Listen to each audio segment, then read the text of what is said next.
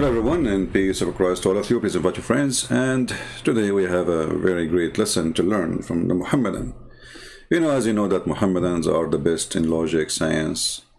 They're advanced in everything. We have to agree.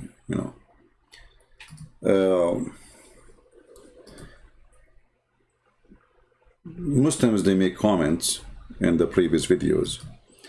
We will speak about that too, but as you see, the title says Zakir Naik, because supposedly this is the Muslims, they think he is the guy who can answer questions.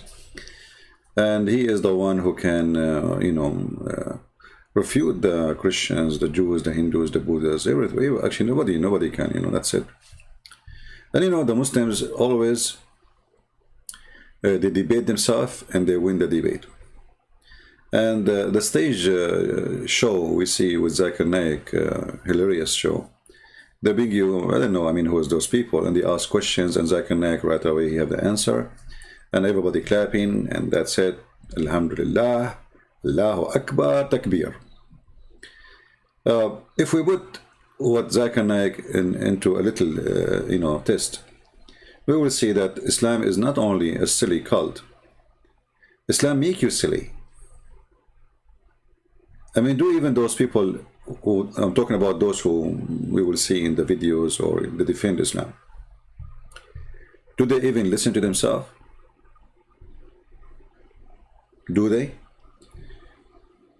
I will give an example, and I want Muslims to help us, by the way. Later we will open our Skype, so if you are a Muslim you can call us, and we can see how good their logic is. But I understand the logic of Islam in a very simple way. If you believe in God, his name is Allah, Allah will make your penis endless and he will give you a lot of vagina. And that actually a very clear proof that Islam is from God. How simple we can make it more. Is that true or no? What is the purpose of Islam? If you believe in Allah, Allah will send you to a place.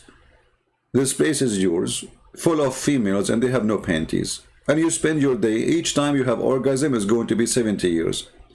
And he promised you, as Muhammad says, your penis will be in this, and the vagina will fit for that, which means the vagina is in this too. So this is simply the logic of Islam. And here, ask yourself a very simple question. How naive that logic is, how stupid that logic is. That is a God who works as a pimp. And in order to make me believe in him, he have to put for me, in front of me, a vagina. And then supposedly I'm worshiping him. But the fact, the one who believe in Allah for such a reason, he believe and worship the vagina. He don't believe in Allah. But let us see how Zakir Naik, he always explain things and how Muslims agree with him. Let us go. Correct religion we should follow. And the second part that is similar, that how will you come to know that Islam is the truth? Exactly. And the third that he said, I said in one of my speech, that JSK, peace be upon him, said that if you want to enter Jannah, you should keep all the commandments and follow all the laws mentioned in the Old Testament. How in this age can we follow all the laws of the Old Testament? I will try and club the first two questions together. That how do you know that Islam is the correct religion to worship? And how do you know that Islam is the truth? Islam comes from the word salam, which means peace.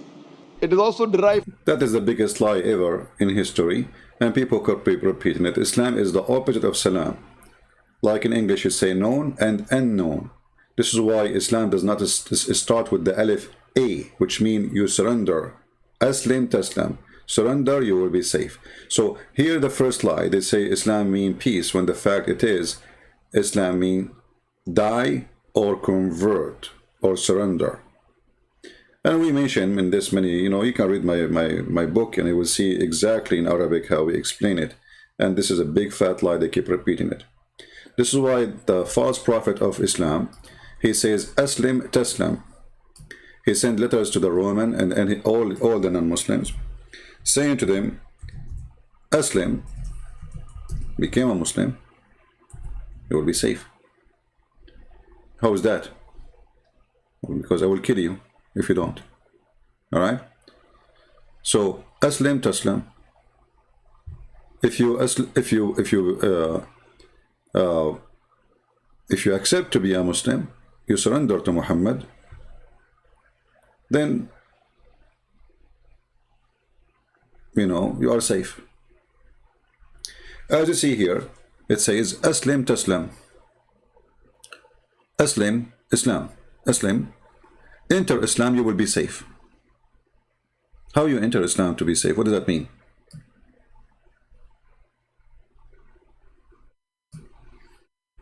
How you will be safe? Safe from Muhammad. Because Muhammad, he says, I've been ordered to kill all mankind until they say there's no God but Allah, and there's no prophet but Muhammad, and they eat as we eat, and they drink as we drink, and they pay zakat, etc., and they pray.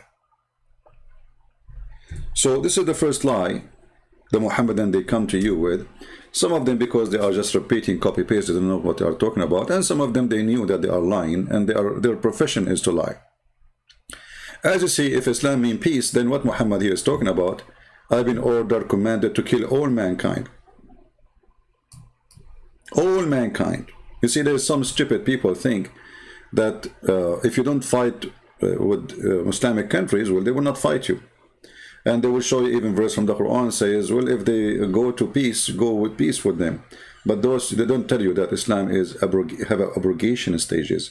When Muhammad was weak, he go for peace.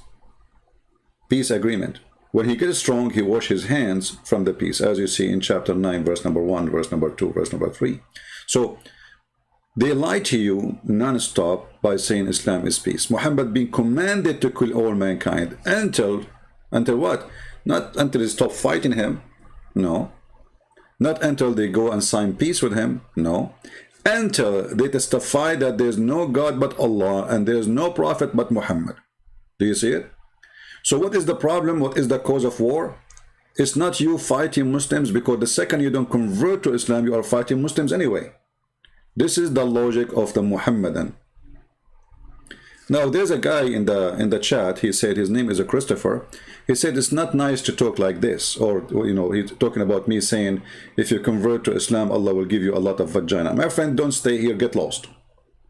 We have no time for a stupid hypocrite who want to teach us how to talk. This is how it is. You like it. Who cares if it's nice or not? This is what you get from people who they are little in the brain. It's not nice, brother, to talk like this, brother. But this is the religion. What I will say, I will change the word penis with zucchini and the word vagina with the tomato. So your majesty, you don't feel like it's not nice. This is the reason, actually. This is the problem of this earth. We have a bunch of fools. They think if we change words, we change facts.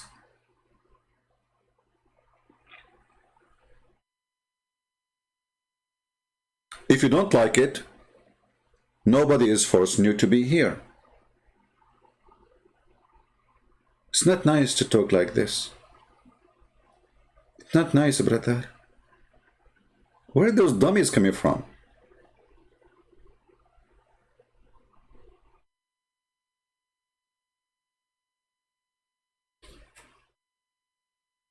So Muhammad, he promised you a lot of zucchini, so that Mr. Christopher will not be upset. Your zucchini will be endless. Are you there, Mr. Christopher? I hope your zucchini is doing fine. So now you convert to Islam, Allah will make your zucchini endless, and will give you a potato, which is the vagina. But did I say vagina? I should not say the vagina, because Christopher is sensitive. He don't like to use those words. Even when he got married, he did not use it. Like his wife, she said, do you have your zucchini with you? He said, no. I left it in the kitchen. Hypocrite dummies. So, the order is so clear. I've been commanded to fight against the people till they declare that there's no God but Allah. Not until they stop fighting me, until they say we will never have peace, until they know that the message is so clear. Until they say there's no God but Allah and Muhammad is the prophet. And not only that, if you don't eat as they eat, Muhammad will kill you. If you don't slaughter as you slaughter, Muhammad will kill you. Do you see it? So here we don't make things up, and we don't talk about, we don't have political correctness speech here. This is why if you are offended, don't come here, please. You will be offended because you are naive, because you are silly, because you don't want to see the reality as it is. So when somebody speaks to you with a clear message in things as it is, you felt that's not right for you, because you are angel. You came from the sky. You are not from this earth. So this is how they lie to us always, with non-stop saying Islam is peace. If Islam is peace, so why Muhammad want to kill all mankind until they eat even as he eat? What is the problem? Do you think Muhammad invented Islam by himself, or he tricked by Shaitan? My friend, Islam is not an invention as much it's a collection. Islam is just a stupid cult. Muhammad, he was trying to be a prophet for the Jew, did not work. But in that process, he accepted what the Jews say. He was trying to be a prophet for the Christian, did not work. In that process, he accepted most of what the Christians say. He tried to be a prophet for the Sabian. In this process, he accepted the stars and all the stupid stories, and he did not work for him too. So this is why you see that Islam is a collection of all religions was exist in the Arabian Peninsula. Sabian, Judaism, Christianity, Hinduism, and star worship like the Sabian or other, black stone kissers. The Arab, they have 360 gods something around the Kaaba. So you can imagine how many religions there. So Muhammad is a mix. This is why you see Muhammad, he abandoned the Kaaba for some time. He don't pray even to the Kaaba no more. He prayed to Jerusalem.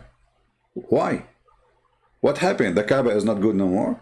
Oh, at that point, Muhammad was trying to claim to be a Jew. So he prayed toward Jerusalem. But when the Jews rejected him anyway, Muhammad, he started looking around, saying, where I'm going to pray to? Like the Jews are not getting me busted. So now you see Muhammad suddenly, he say, Allah told me, I'm going to make you, I will find you a direction of a prayer which you like. So Muhammad was not praying there, no. And this is you can find even in the Quran. The Kaaba is not a choice of Allah, it was a choice of Muhammad, and the proof in chapter 2 verse 144. We have seen the turning of the face to heaven. Muhammad is wondering where I'm going to pray now, which direction? What happened? You were praying to Jerusalem. And now verily we shall make thee turn toward a qibla, which means direction, which is dear to thee. That is a dear to him. What is that? Okay, turn your face toward the Kaaba. So why Muhammad was not praying toward the Kaaba? If the Kaaba is the house of Allah, why Muhammad he abandoned the house of Allah? What was the problem? The problem that this guy is like Barack Obama.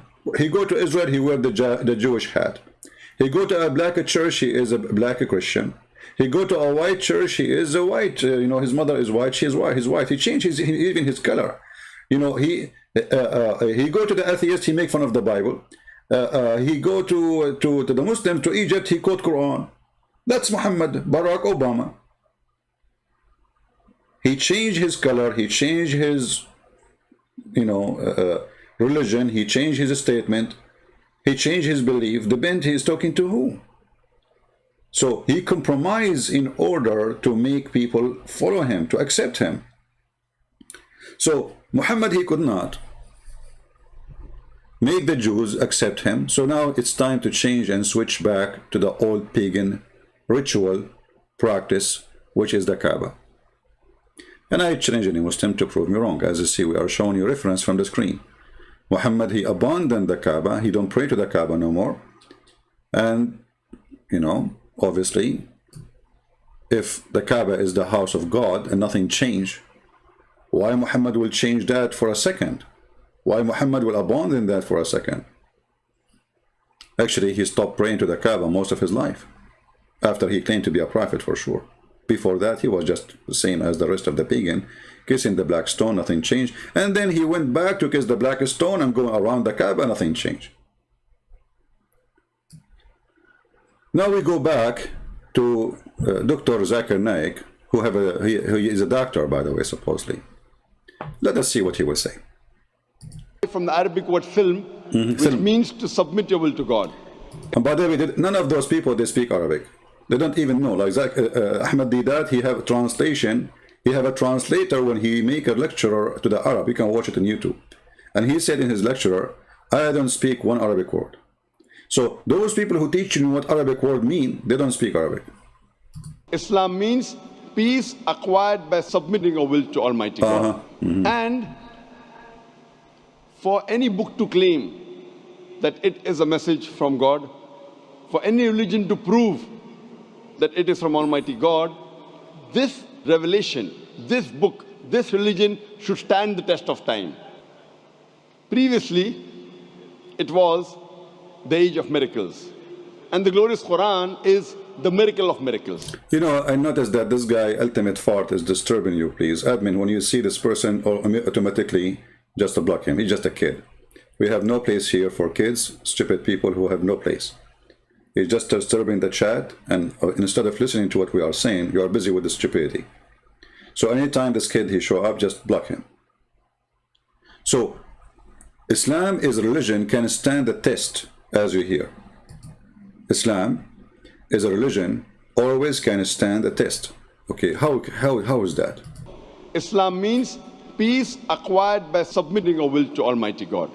And for any book to claim that it is a message from God, for any religion to prove that it is from Almighty God, this revelation, this book, this religion should stand the test of time. Previously, it was the age of miracles. And the glorious Quran is the miracle of miracles. Later on came the age of literature and poetry. Muslim and non-Muslim Arabic scholars alike, they claim the glorious Quran to be the best Arabic literature available on the face of the earth. Let us see if this is true. Muslims and non-Muslims. Who? Muslims and non-Muslims. I mean, when they lie, their lie is so big, so wide, so open. Even the Quran itself says that the Arab, they laugh at the Quran.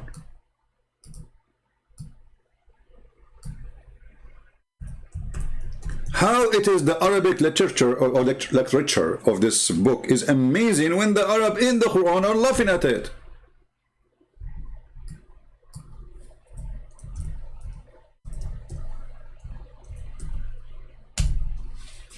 Look what the Arab they said.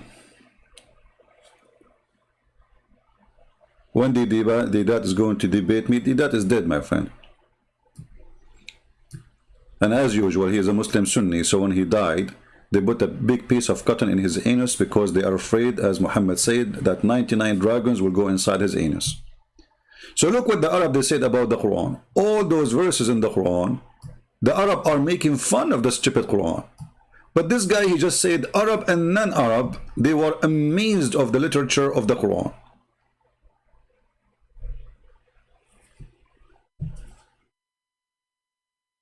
Did they really? Let us read. Chapter 6, verse number 25. What the Arab they said about the Quran? They said this is the fairy tales, stupid fairy tales of the idiots.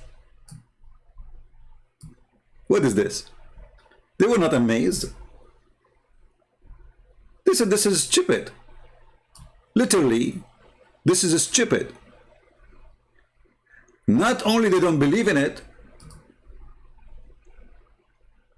not only do not accept it, they said it clearly, this is nothing but a stupid fairy tale stories. nothing more. And this is all over the Quran. So if those people are amazed of such a book, then they should be amazed of the book.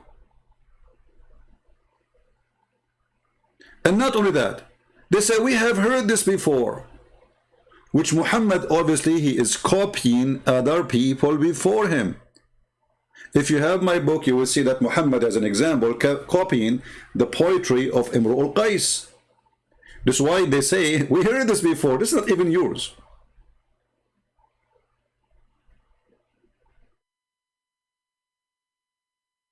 He take lines from poetry and he put it in his Quran. He take lines from the Bible and he put it in the Quran. He take lines from the Old Testament, he put it in the Quran. He take lines and a statement of Paul and he put it in the Quran. Focus with me, guys. I mean, Alif Lam Mim, is that the point now? Focus, focus. People who they are in the chat, please ask yourself before you ask me a question, is that the time for the question? Why people don't think Alif Lam Mim? What does this have to do with our topic now? Do your best to ask yourself before you ask me the question, is that a question fit with the topic? Or you are jumping out of the window? Don't be like Muhammad, suffering from flight of thoughts. Stay with us. So, the Arab, they are making fun of the Quran, and they say it's nothing but a fairy tale, stupid fairy tales, not even good for kids. But Zakir Naik, he just said this is an amazing book, and the Arab and non-Arab, they were amazed with it. And I like it when he said the non-Arab are amazed with it, because how the non-Arab don't speak Arabic, they can be amazed with it. Right?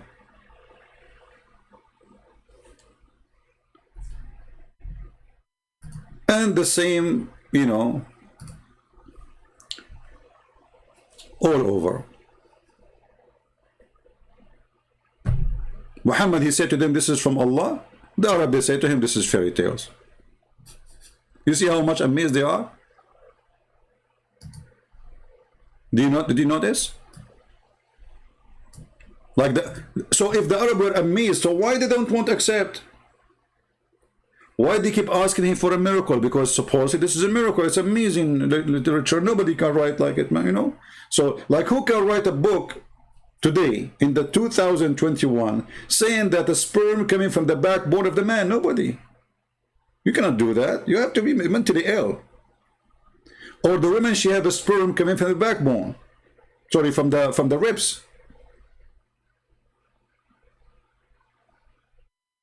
You have to be certified idiot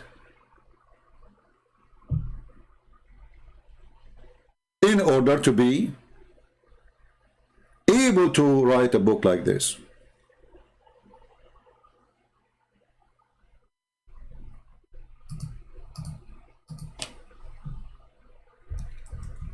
If you remember the story of Abdullah ibn Sarh,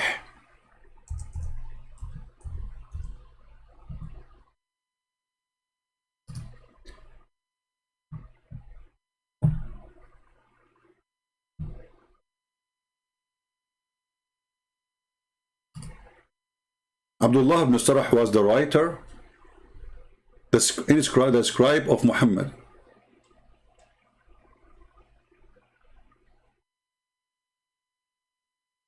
And when Muhammad was reciting or making Quran, and this guy was writing Quran for him,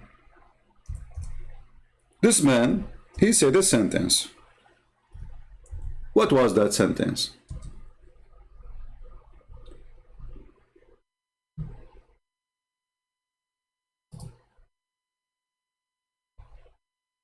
So Muhammad was saying to this guy, right there, Allah, he told me the following. Then we made the sperm into a clot of a congealed blood, which is stupid. Then the clot, we made it into a lump, or lump. Then we made out that lump into bones. And then we closed the bones with the flesh. Now Muhammad here trying to copy a phrase or a statement from the Old Testament, but as always, he added his own stupid things, so he messed it up and became stupid. But look what happened, because this is not our topic for now. When Muhammad he arrived here and he says, then we developed out of it another creature. The guy who was the inscribe of Muhammad, he said the following sentence. And I challenge any Muslim to say, I'm lying, because this is in your book. So blessed be Allah, the best. Look at the translation here. You see, the word here should be creators, not create. If you change the translator, you will see the word creators appear. This is why I say always, you cannot trust Islamic translation. They lie. Let me show you. This is Yusuf Ali translation. Let us go to different translation. Hilali and Khan. Is it to create or creators? And by the way, somebody told me that translation of Yusuf Ali is banned in Malaysia. Even Muslims are banning Yusuf Ali translation. Can you believe it? Why, Abdul? Why? What he did? His name is a Christian prince. He left Islam. So, what the guy he said, so blessed be Allah, the best of creators. Muhammad, he told him, write it there. The guy, he said, write what? He said, what you just said. He said, but this is what I said. He said, yes, and Allah gave it to me too. So the guy, he leave Islam immediately. And Muhammad, he ordered to kill this guy wherever the Muslims can fight him.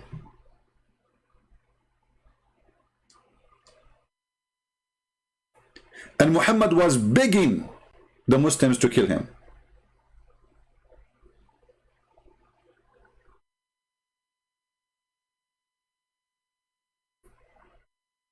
And this is all in Islamic books. And he is the brother of the Caliphate Uthman. And this is why Uthman, he did his best to protect him and asked Muhammad to forgive him when Muhammad became victorious, so he will not be killed. Even Muhammad, he said, even if this guy, he hold the curtain of the Kaaba, which is present the burqa of the vagina of the black stone, even if he used the burqa of the Kaaba, I'm going to kill him. Even if he hold it, even if he beg by the name of the Kaaba. This is how much he was angry from him, because he exposed him. And he caused him a lot of trouble, and he was honest. This is exactly what happened. And even the Muslims agree that this is yes. That the guy, he said that sentence, Muhammad, he said to him, write it down. But the Muslims, they say, well, so what? Allah, he gave him that sentence too. But how Allah, he gave him that sentence after he gave it to this man? And the guy, he said to himself, well, if Allah, he inspired Muhammad and Muhammad is a prophet, well, I am a prophet too. Because here we go, Allah, he gave me this too. Because I'm the one who said that. And here you notice something stupid about this statement. Not only scientifically is it stupid that we made the sperm into a congealed blood, because congealed blood is dead, and there's no stage you can go and study. Don't go to Christian website, atheist website, just plain science. You will see nowhere it says that the sperm transform into blood, which means, according to the Quran, that the first thing is the sperm, and then the second we have a blood, and then the blood, which is dead blood, as you see in the screen, that blood will become a piece of meat. Not only this is stupid, scientifically, you will notice here it says that blessed be Allah, the best of the creators. Obviously, this person who said that sentence cannot be Allah, because if Allah is saying, why Allah is saying he is the best of the creators when Allah is the only creator?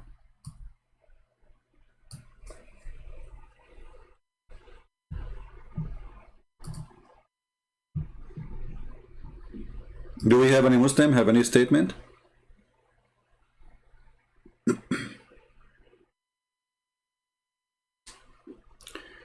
Alpha and Omega saying how Muslims are not leaving Islam after this source. My friend who is not, who's saying they are not? When Muhammad he died, tens of thousands immediately they left Islam. This is why there's a war, it's called the War of Apostate, happened immediately when Muhammad died. You see, Islam took its place, not in the time of Muhammad, it's after Muhammad Islam grew, because they became so aggressive and more bloody than Muhammad himself. So when Muhammad died, the news came to Abu Bakr and to the rest of the companion of Muhammad that nobody want to be following Islam no more. So the gang of Muhammad, they gather, and actually almost they lost the war. Almost the Muslims were defeated. If that happened, Islam is gone since then.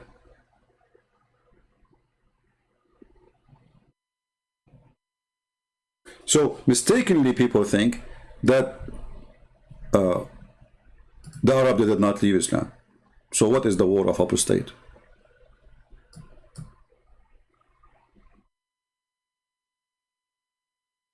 Right?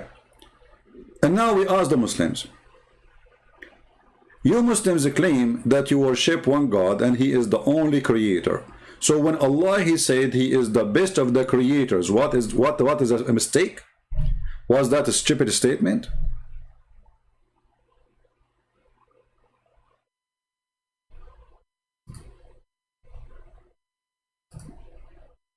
Any Muslim can help? Was that a mistake?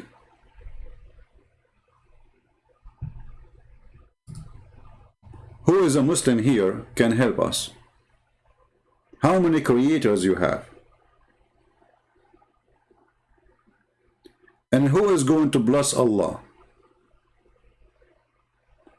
Is Allah saying blessed be Allah? Is Allah blessing Allah? You see, one sentence Muhammad he stole from that poor man, got him busted. He liked it just because the way it is. It's better than his statement as an Arabic word. It fit perfectly with the, because you see here, what Muhammad is trying to say is like a rap, but it's stupid rap. Like here, ثم جعلناه نطفة في قرار مكين. In the last letter is what? In. So now Muhammad trying to make the sentence after it end with in. So al-khaliqin. This is why he liked it. He said, put it there. Perfect, perfect. So, thank you, Abdul. Thank you. But by accepting this khaliqin, which means the best of the creators, Muhammad he got himself busted, and now we have a problem. Number one, all Muslims agree that Muhammad he copied from that man. Number two, Allah is a blessing Allah. Number three, Allah is the best of the creators. Anyone? Do we have any Muhammadan would like to explain to us how Allah is the best of the creator? A Muslim he might say to you, oh, the one who created Apple phone, the one who created, this is not a creation, my friend. This is a creative ideas. You are using material which is already exist. Creation is giving life. Creation is creating something out of nothing and giving life in the same time. This is why we see in the Quran, Allah himself supposedly saying, who is the one should be called the creator? The Quran get you busted with that. You cannot even play with this game no more. The Quran says, if somebody can create a fly, he is God. Not if somebody can create a ladder or a couch. Those are ideas. So, if you go with me to chapter 22, verse number 73, it says that Allah he gave to the people an example. Are you going to worship beside Allah someone who never create a fly?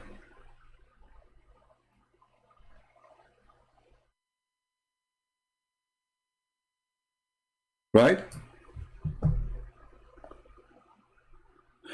I was originally a Christian. I saw the fasting. When you know, Christopher, I don't think you were originally a Christian. You like to call me so we can laugh? I challenge you. Christopher, he's saying that he was originally a Christian and he saw the error and there's no error in the Quran. Do you like to call me? I will speak to you nicely in front of everybody. And I don't believe that you are an ex-Christian as you claim. I don't believe a word of what you say. Prove me wrong. So do you think, guys, Mr. Christopher, he's a genuine person who will call me in front of everybody?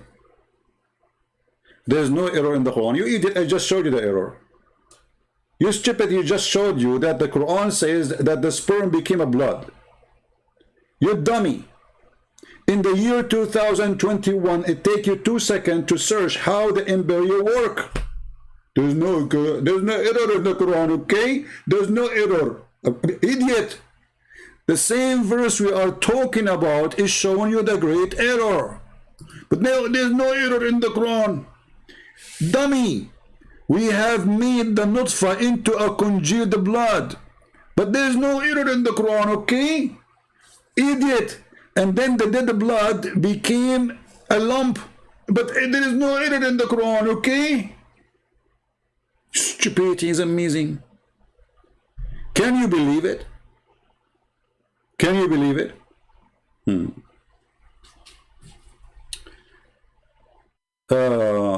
Christian Prince nightmare. So that all you got to block him? Yeah, you know, we block you because you are just a kid. And you keep coming. You don't have even respect yourself. You see, we don't want to talk to kids. And you keep holding my pant, saying, show respect yourself, you coward. Do you have no respect? I kept pushing you away from my shoe, and you keep touching it.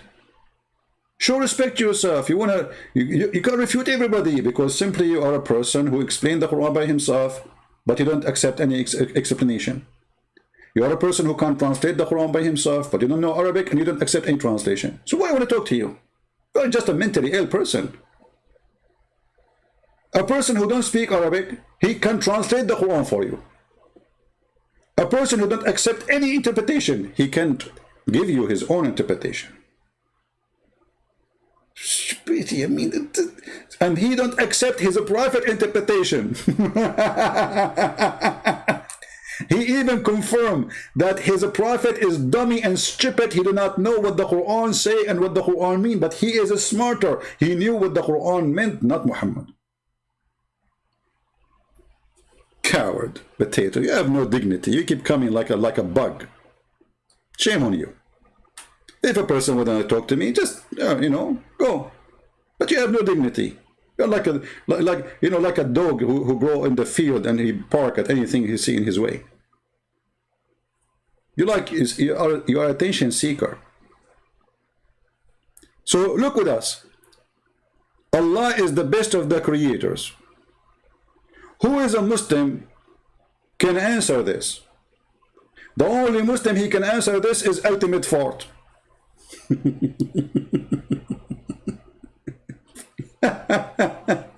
Hey, Ultimate Fort, what is the explanation that Allah is the best of the creators? Look, if we think about it for a second, do Allah mean what he say in this verse or he don't mean it? If this is Allah speaking, but we showed you, and we can show you the interpretation for the verse where Muslims, they say clearly that this is the man, his name is Abdullah ibn Surah, he is the one who said that, and he left Islam because Muhammad, he copied him. And imagine this exists in Islamic interpretation books by Muslim great scholars. So now, who is the Muslim? Where is the guy, his name is a Christopher? Christopher, you cannot call me because your mom, she don't allow you, no problem. What about you explain to us how Allah is the best of the creators? What do you say? How Allah is the best of the creators? Is he exaggerating?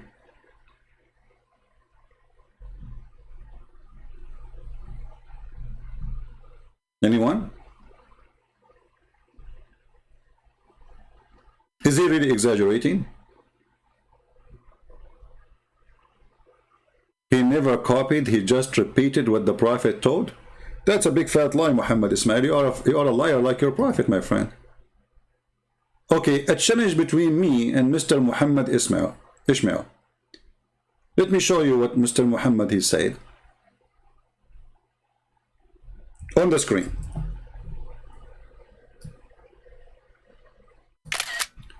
Smile. This is what Muhammad he said. He never copied, he just repeated what the Prophet told. Challenge. In front of everybody, Muhammad Ishmael. If I cannot show you that Muhammad is copying the man, and the man is the one who said that first, I will apologize. I will not come to YouTube again. I will take all my books from everywhere, from Amazon, the books I give for free, everything. You have a chance to destroy me right now. All the work I did all those years. So do you accept, my friend, to call me and to challenge me to show you the reference from your books? Or you are a potato like Allah who says things he don't mean? Challenge accepted. Okay, guys, he said it, challenge accepted. I will open my sky for you, Muhammad Ishmael. And I am the man who don't say a challenge and don't practice. Here we go. I'm opening my Skype. And remember, you said challenge accepted. Everybody will see in a second that you are like Muhammad, you don't mean what you say. Otherwise, you have to call me. Is that fair, guys? He said the challenge accepted. I'm waiting for you. My Skype is open.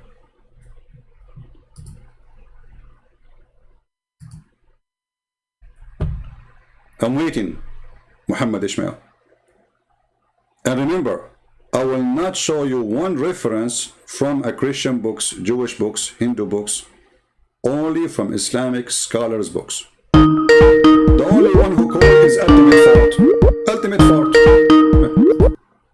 Yes, Ultimate Fort, what do you want? And remember, I will not show reference from a Christian books, Jewish books, Hindu books, hello, Islamic scholars' books. Hello. The only one who called is Ultimate Fort. Mute YouTube, mute YouTube. Mute YouTube. Stupid. I have no time for stupidity. Before you call me, mute YouTube. Yes, go ahead. Hello? Ultimate daddy, daddy, daddy. Okay, we have Ultimate Fort. He's going to sing for us, Ultimate Fort. How Allah is the best of the creators. How Allah is. Don't waste my time. I will give you a chance to talk. If you talk like a man. How Allah is the best of the. How Allah is the best of the creators. Go ahead. Why don't you act like a man? Well, answer. Don't waste my time. How Allah is the best of the creators. I will answer. Okay, answer. Go ahead. I will answer. I will answer any question. Okay, answer. Go ahead. Don't waste my time. I have no time for kids. How Allah is the best of the creators. I will answer. I'm losing my patience. I'm losing my patience with you. How Allah is the best of the creators. I'm not going to report the question one more time. I will block you and hang up on you. I'm warning you. How Allah the best of the creators. Go ahead. Go ahead. Then I will call you again. Then I will call you again. You can call me again. You are just a bug. Stupid. So you will not answer. Why you are calling me? I will call you again. You have no shame. Call me again. We are laughing at you. We need comedy in our show. Actually, that's why, you know, it's a show time. When we have you calling, people laugh because you call just to scream and, you know, but they have no answer. Allah is the best of the creators. Who as a Muslim can answer us? Mayday, auction time is Ultimate Fort is for sale. He keep calling me. He have no answer. He just want to talk, seeking attention. Who is a Muslim who is not seeking attention? He is seeking answers. Anyone?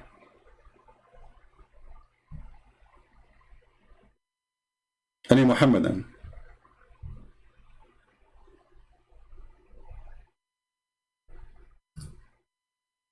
What about we call Jehad Yusuf, the one who called me yesterday, and he mentioned to me a video of Fifi.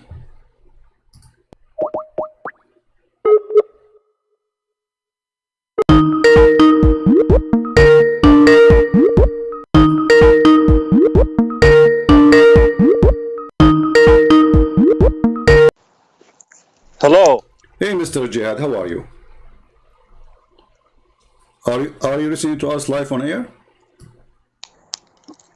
Yes. Okay, so what do you think about our topic? And yesterday, by the way, I don't know why you left. I was No, going no, to show. I'm gonna open my computer right now. I need a couple of minutes, but I'm gonna All right. answer about yesterday. Okay, well, give me the. I will give you Just, then. I will call. I'm gonna I will stay on call the you. line. Just let me mute you for a second. I'm not hanging up. I'm gonna open my computer and get you busted because al-ghasik is not meaning what you think it means. All right. And Ibn Kathir will bust you on that. Just give me a moment. Okay. I will call you in 3 minutes. Open your whatever you want. Be ready, and I will call you in 3 minutes. Okay. Yes. All right. Bye. Okay. So, guys, we have Jihad Yusuf, the person who said he wanna call me. Yes, he called me yesterday actually, and then he hung up, and he claimed that he was driving. Well, thank God he is not driving no more. So the excuses of driving is not really there. You know. Let us see what he will do. Invite your friends.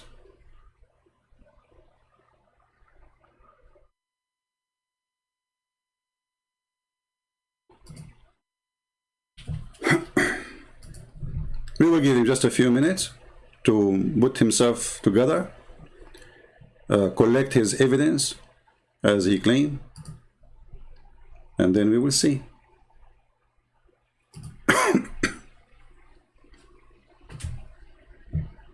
We will see.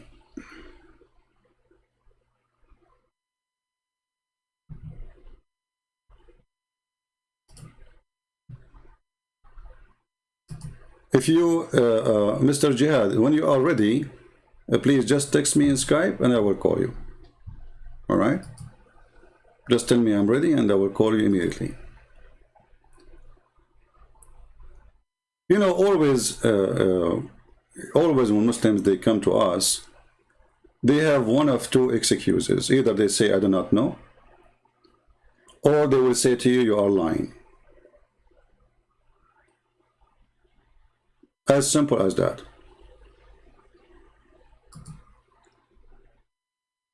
You are lying. Why? How I'm lying? You are lying. Okay, what if I show you now the reference? I'm driving.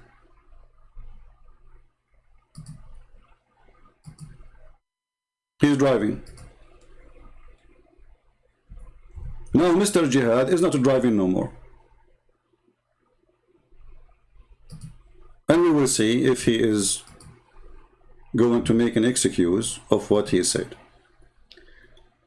And remember, he said, I'm going to show you Ibn Kathir.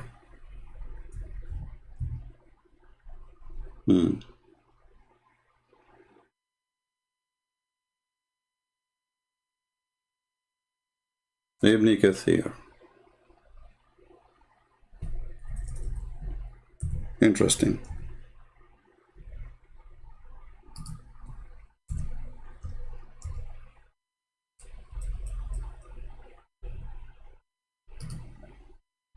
Very interesting.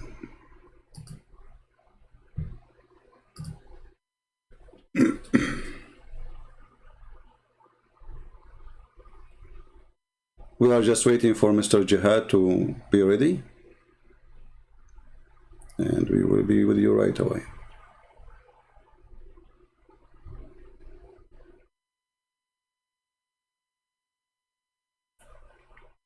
Now, the question, by the way, what if what we said is true? What if what we said is true? What do you think?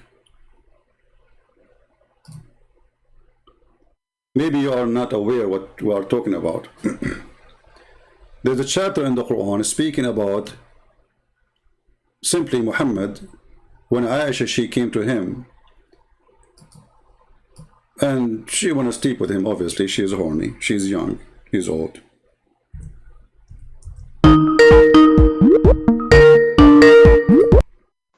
What do you think? Yes, Mr. Jihad, please just mute YouTube. Hello. Yes, I hear you. Hello. I hear you. Go ahead. I hear you. Go Hello? ahead. I hear you. Okay, so I have the. So first of all, did you powder your bottom today? Because you're gonna have a pretty bad spanking once I get Well, done if with you it. want to speak bad, my friend, I'm going to use a bad language with you. So you ask what you get. No problem. Go ahead. Well, Tafsir Ibn Kathir, if you go down to the Okay, hold on. parentheses. Why you are using Tafsir ibn Kathir, not the Tafsir I used? You said that I have it in my book, correct? Listen to me. It I'm says وَمِن listening. شَرِّ غَاسِقٍ إِذَا وَقَبَ You don't even know how قال to. You مجاهد do not even know how to read Arabic. Let me teach you how to read the Quran. غاسق ومن شر الليل. غاسق إذا وقب. Say it correctly. غاسق إذا وقب. Now, you said Ibn Kathir. Why you don't read the tafsir I gave? Which tafsir did you give? Because I'm not gonna trust Okay, you. hold on. Aren't you the one who said that you saw this from the book or from the video of Fifi? Who did you give? Ibn Abbas? No. I'm asking you. Aren't you the one who said that was an answer from Fifi? Well, Fifi was answering my book, and my book have reference. You went to Ibn Abbas in Al-Naqash. Okay, what's wrong with Ibn Abbas? Let us say, Ibn Abbas, is he a Muslim or he is a Christian? I have Ibn Kathir, and Ibn Kathir I'm is not. asking you, you just mentioned Ibn Abbas, which is the cousin of Muhammad, so you agree that Ibn Abbas says that this is about the when the penis stand. We can check both sources. I'm just telling you No what Ibn problem, Kathir but said. did I lie or Ibn Abbas he said that? I did not see anything, so I cannot say anything. How you say it's But okay? How you say it's Ibn Abbas if you saw nothing? Didn't you see the video of Fifi? what I saw with Fifi is that look, the word al-ghasik. What does it mean? It means nighttime, and if you can see Okay. this, it says غاسق الليل إذا وقب All right, my friend. غرب الشمس. Okay, now حكى البخاري عنها. in front of everybody, if I show you what it says, Just and put this the highlight on the. and this is Islamic website, remember. So if I show you what it says, and this is all from Islamic website, what you will do in front of everybody. But what website is it? I need to know if it's a pure website, if it's authentic website. Very Islamic. It's hard to trust you after what you. I'm not asking you to trust me. I don't need Muslim to trust me. Who care? Who care if you trust me or not, my friend? I'm asking you. If I show you the reference right now, do you promise me to? Well, how do I know you're not copy pasting and making websites? How I'm going to make a website which is very well known to be, and who care about the website? What about you read? So are you going to admit that Ibn Kathir is not saying that al-ghasik means a male? So is Ibn Kathir a male organ? Is Ibn Kathir? Or let me ask you: is Ibn Kathir more important than Ibn Abbas for you? Ibn Kathir is one of the most trusted scholars of tafsir. Well, okay, I will put you into that later, because later people will see that you are going to say Ibn Kathir is a liar. So do you promise me you accept whatever Ibn Kathir he said? Ibn Kathir, go to the tafsir. This is not the question. This is not the question. I'm asking you.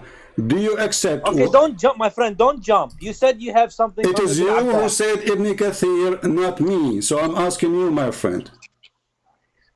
I'm asking you. Yeah, of course I accept Ibn Kathir. Okay, so what Muslim is not going to accept Ibn right. Kathir? Later we will see that you don't accept. Now, I want you to read for me in the screen. Who? This is the book of Ihya'u Ulum al-Din.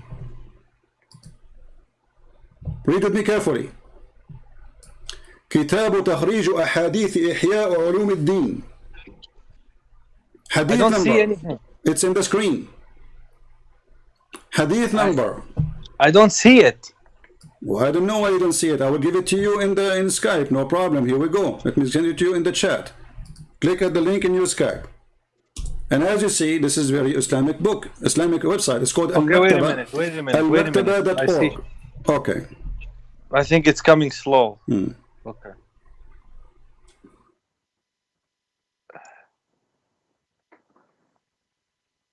Yes, maybe I need to refresh the page.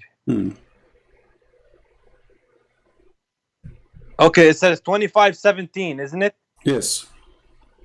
Does it say there? Okay, highlight what you want. كأنه تفسير للوقوب والغاسق هو الذكر. Read it. Does it say that, or I'm making things up? Highlight it. Highlight it. I did highlight it already. Does it say that, or I'm making things up? Okay. Put the okay.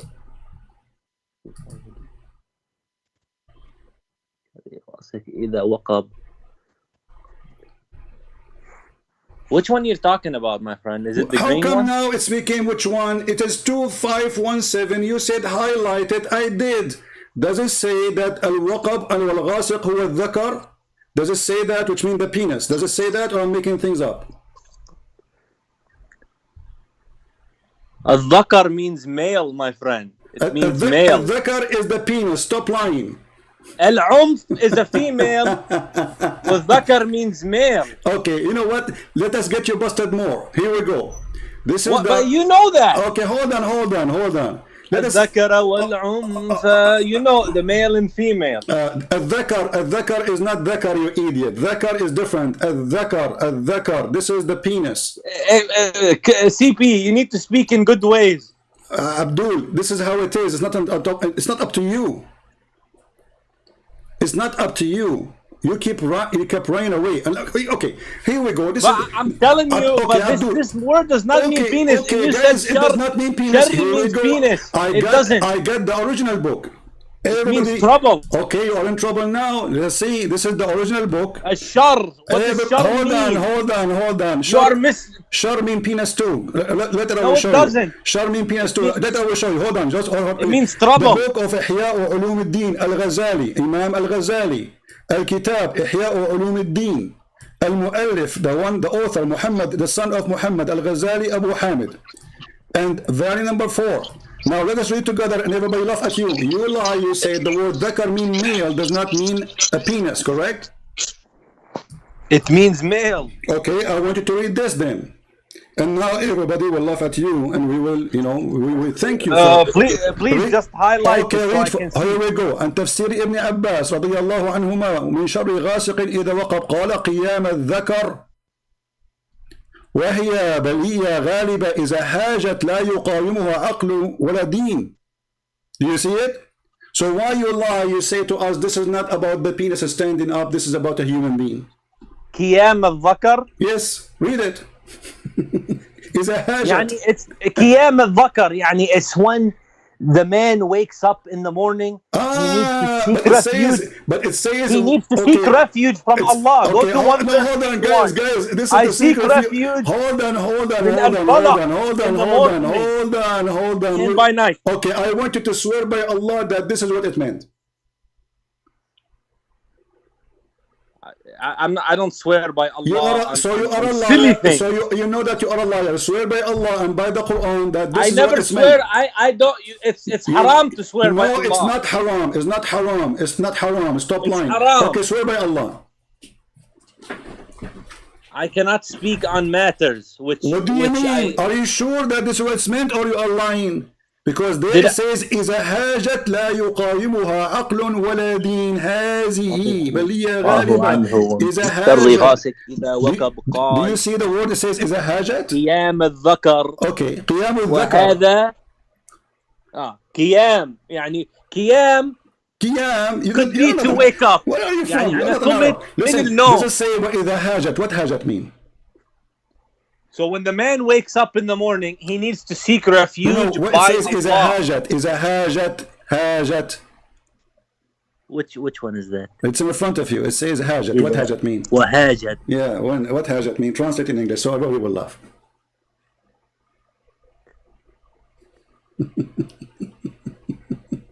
Translate. إذا هاجت. لا يقاومها عقل ولا دين. Let me see. I'm going to check the dictionary. You want to check dictionary? Suddenly you are an Arab no more. Just hold on, my friend. Hold on a minute.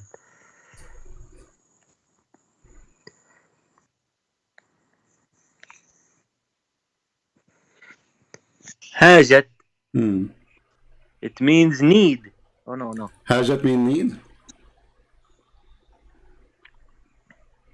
I do not know what it means. We became horny. We became extreme horny. So, وقب قال قيام الذكر وهذه هي غالبة إذا هاجت. Let me get you more busted.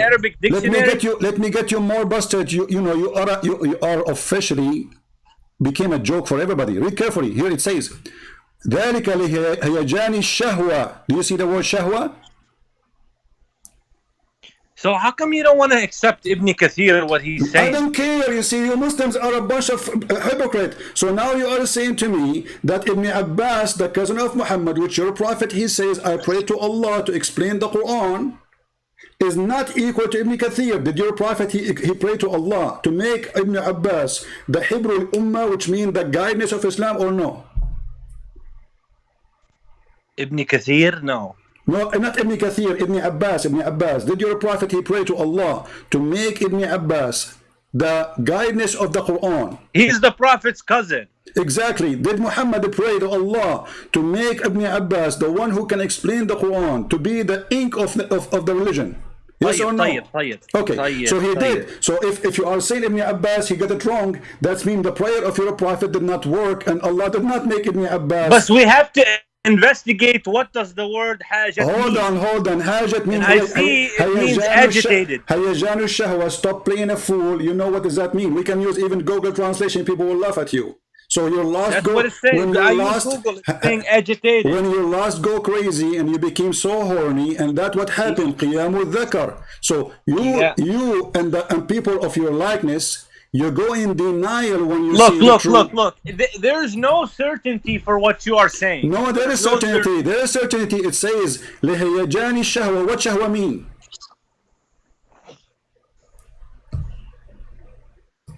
What shahwa mean? Shahwa? Yeah, what shahwa mean? I don't know.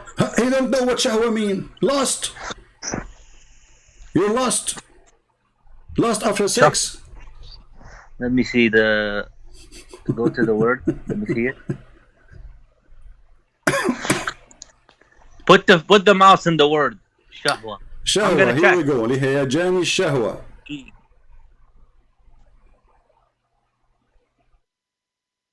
Do you see it?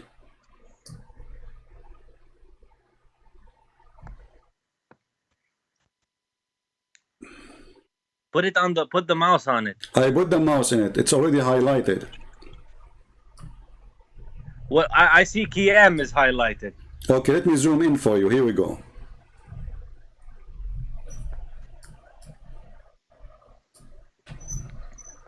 Now you have no excuse.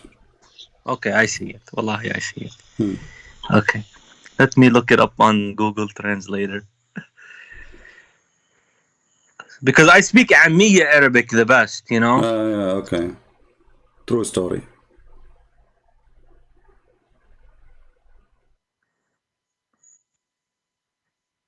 Sure.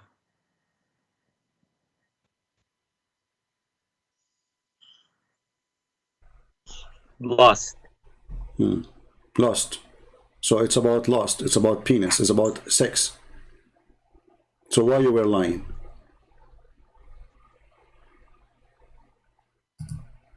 Listen, CP. Listen, Abdul. Why you are lying? You need to talk to a sheikh. Why you were lying? Now I need to talk to a sheikh. So Fifi is not a sheikh, and you are not a sheikh, and all of you are shaking now. So you lie saying I am lying, but the fact I am showing you the reference. But this is not what Ibn Kathir is saying. Who care about Ibn Kathir? Did I say Ibn Kathir in my book? No. I showed you what Ibn Abbas is way more higher than all the other. Ibn Abbas first is a companion. Second, he is the cousin of Muhammad. Is this authentic? Number three, Ibn Abbas is the only one Muhammad, he prayed to Allah to make him able to explain the Quran. So when you say to me, Ibn Kathir, he say, against what Ibn Abbas he said, Ibn Kathir obviously is hiding the rest. Ask yourself why Ibn Kathir he did not. Who came first, Ibn Abbas or Ibn Kathir? Ibn Kathir is a YouTuber. He's a guy, he came 800 years after Islam.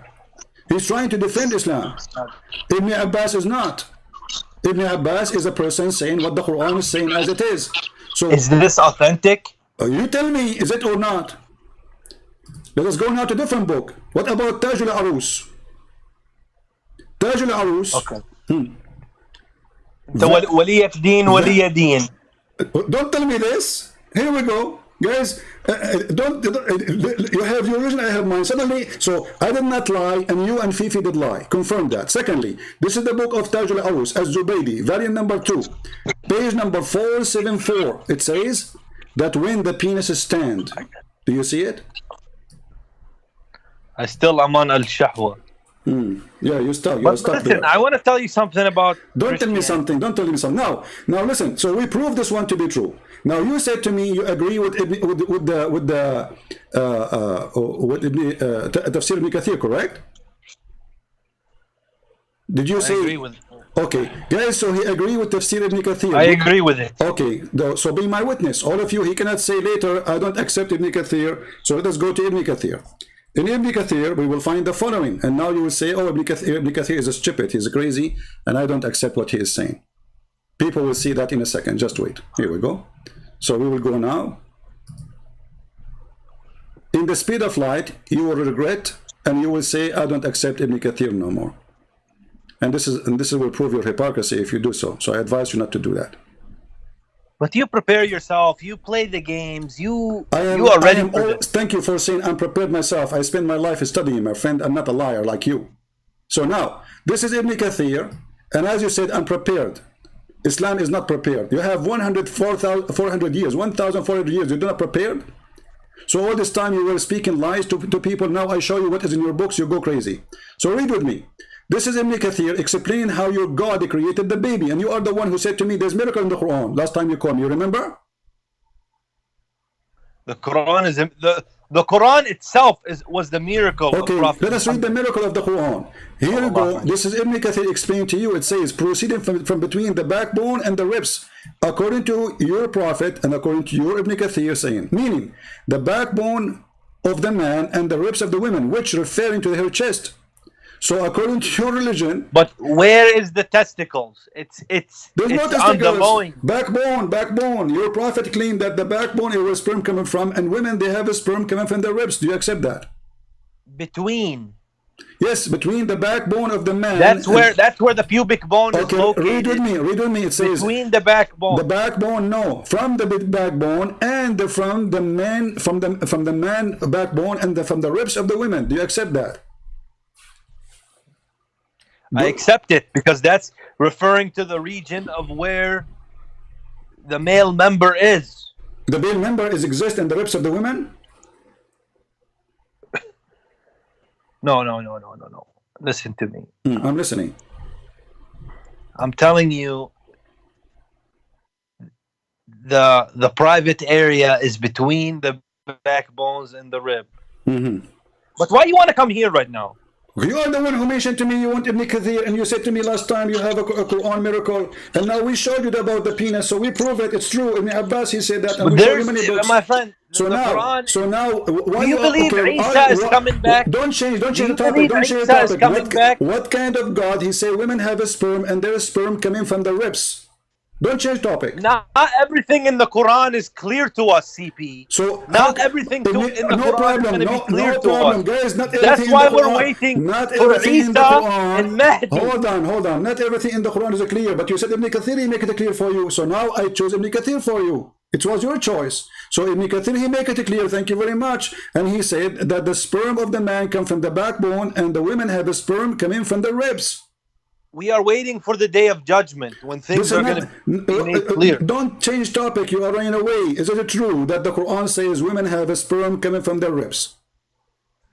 Meaning the backbone or the loins of the man and the ribs of the woman. What is proceeding from the ribs of the woman? Sexual fluid. Meaning the backbone. Sexual fluid. It's a sexual fluid. Does it say that specifically? Yes, it says that. Here we go. Read with me. Meaning a sexual fluid that come out breast forth from the man and the woman. Meaning the backbone or loins of the man and the ribs of the woman. This is the one. It says loin between the two brackets. This is additional. This is not in the Ibn Kathir. This is why it is not in the color. Do you see it? This is the one who making the website. He added there. So the backbone of the man and the ribs of the women. What come from there? Come sexual fluid. Is that true? I didn't see the word sexual fluid. Here we CP. go. It says here in front of you. I will show it to you. No problem. Don't cry. Meaning the sexual fluid that comes out bursting forth from the man and the woman. Thus, the child is produced from both of them by the permission of Allah. Who Allah says, meaning the backbone. So this needs a further interpretation because Guys, even this one needs further interpretation. But this is Ibn Kathir, and he stopped. That means there's no further. But where is the private parts located? And according to Muhammad, the woman vagina is in her. She have testicles in her ribs. Read it. My friend, you are not understanding. I understand. It says you sexual fluid. You have a bias against Hold Islam. on. You remember what you said? You remember what you said when you called me? You said, "Did you better your bomb?" Look what happened to you. You said you were going to spank me, right? You will leave your fingerprint. Look at your bum now. So look what happened. Meaning the sexual fluid that comes out bursting forth. So the orgasm of the man and the orgasm of the woman come from two places. The man orgasm comes from the backbone, which is stupid, and the women orgasm coming from her breast. How you say such a thing? Go ahead. Breast? Yes, it says breast. The chest. It says chest location. Actually, the location of the necklace. At-tara'ib in Arabic, in the language, mean the location specifically of the necklace. Yes, at-tara'ib. Here we go. It says referring to her chest. Read it carefully. This is your Ibn Kathir, not me. Thus the child is produced from both of them. By the...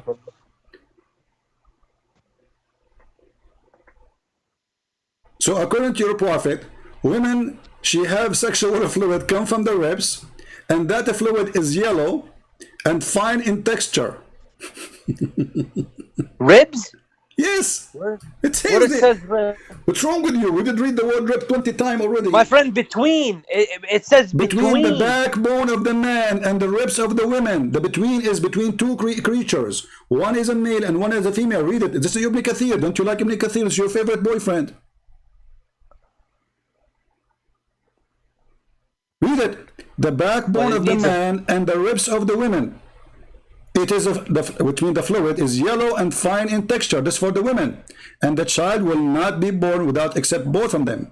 Do you see it?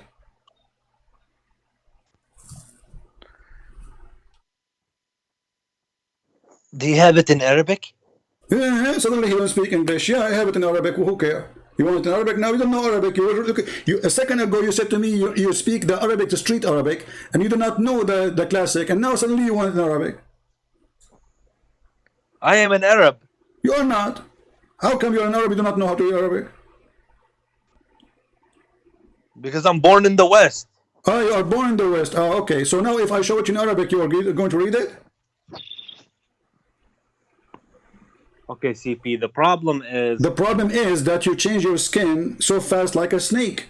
When you want, you are an Arab. When you want, you do not know Arabic. When you want, you have to go to Google to see translation. When you want, you know the translation. When you want Ibn Kathir. When you don't want Ibn Kathir, you don't want Ibn Kathir. So now Ibn Kathir is what you asked for. We gave you Ibn Kathir. Now Ibn Kathir is a cuckoo. Because we have to be certain that what they're describing here... Okay, is Ibn Kathir lying or saying the truth? But how do you know that they are not referring to the sexual organs? No, it says because it says sexual fluid, and he is quoting your prophet. So stop playing games. It says sexual fluid. Is the sexual organ a fluid, my friend? Meaning the sexual fluid. It's gusting forth. All right? دافق. That's why it says فَلْيَنْظُرُ الْإِنسَانُ مِمَّا خُلِقَ خُلِقَ مِنْ مَاءٍ دَافِقٍ. It says ma mean water. Yeah, so you cannot say this is about a private part. Ma mean water. So he's created from bursting forth water. And now what is that bursting forth water? It's coming from between as-sulbi wa at-tara'ib, coming from between the backbone of the man and the ribs of the women. What kind of God he says such a stupid thing?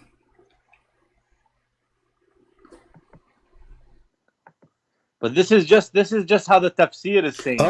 So now we do not want Ibn Kathir. You remember what I said to you? I said to you, I will show you what Ibn Kathir, he will say, do you accept it? You said yes. Now you are saying, oh, this is what the tafsir says. The tafsir obviously is stupid. We don't accept Ibn Kathir. So now we dump Ibn Kathir in the garbage. CP. CP. So what tafsir you want me to show you? Ibn Kathir is not good, guys. Give me one. As I told you, there are No, today don't who they go cannot away. explain the Quran because No. You see, you said you asked me when you called me, did you better your bum? I'm going to spank you. This is what you said to me. It sounds like a gay language, but no problem. I'm going not to spank you because I want to keep my hand clean. But you are spanking yourself. Now, what interpretation you like if you don't like Ibn Kathir? Ibn Kathir got you busted. If you want, I can show you any interpretation of your choice. do you have another topic? Now we switch to our topic. Okay, we will switch to our topic. Here we go. You tell me. You see, the topic is the logic of Islam. Zakir Naik trying to prove to us Islam is from God. Can you prove that for us? Go ahead. Well, you were saying that Allah is not one. Okay, is Allah is one? قل هو الله أحد Okay. الله الصمد All right. Allahu لم Ahad doesn't mean يلد he's one. ولم يولد. Allahu Ahad. قل هو الله أحد. أحد in Arabic is أحد الطلاب, one of many. But let me show you something. Before you call, we were talking about Allah saying He is the best of the creators. If there's only a one Allah or many Allah. So, in this context, you know how the Queen of England, she says, we are not amused. It's like a royal we. It doesn't mean we in the sense of we're more than one. Allah is one. But because He's the Most High, the most worthy to be worshipped, He refers Himself in this way. Okay, thank you. So you are saying to us that Allah, He feel like He is not well respected if He is only one. So He like to change His... See, this is the language of CP. Here we this go. is the language of... This is what you said to me. You said to me, the Queen of England, she say we, because she is majestic. Okay, Allah is one. So He is using the language which is to be fit more with Him. He is we. He don't like to be I. So it is for Allah more respected if He is many. If He is one, it's not good. It's for Allah He choose we. This is very silly answer. Secondly, the Queen of England, when she say we, because she speak in her name as a queen and the name of the authority of the noble men who made her a queen. She is not a queen by herself. She been given a trust by the noble who gave the trust to Allah to make him a king. That is stupid explanation. Number 3, in chapter 23, verse number 14, before you call and you were listening, it says, Allah is the best of the creator. So blessed be Allah, the one, the best of the creator. Who is talking? Who is talking here?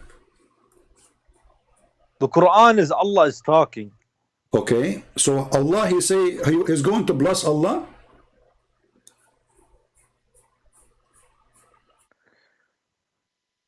This is how Allah talks about Himself in the Quran. I understand. Okay, Allah, He talk crazy, amazing. So Allah, He say bless Allah. So now Allah will receive a blessing from Allah. Who is the one saying? Who is the one saying so? Blessed Allah, blessed be Allah. He's speaking, CP. He's speaking to the people. Okay. To worship Allah. No problem, but He said, blessed be Allah, blessed be Allah, blessed be Allah. Who is the one who is blessing Allah? Allah. So Allah bless Allah. And what happened after that? He go to Allah heaven? ala kulli shay'in qadir. Oh, so Allah, guys, Allah is capable of everything, including blessing Himself. Okay, let's continue. The best of the creators. How many creators in Islam you have? One. So why He is saying is the best of the... Okay, so why He is the best of the creators then?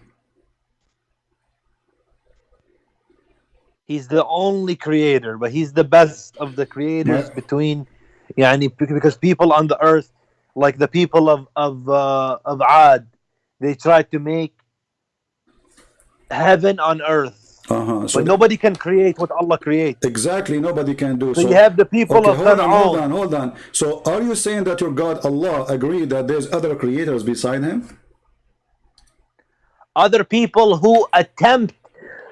So what did Fir'aun do? Okay, hold on. What did they attempt? Are they creators or not? This is the question. I can attempt right now. They are not, but this is to remind the people that no. You Allah cannot remind me. No, you see, this is a false.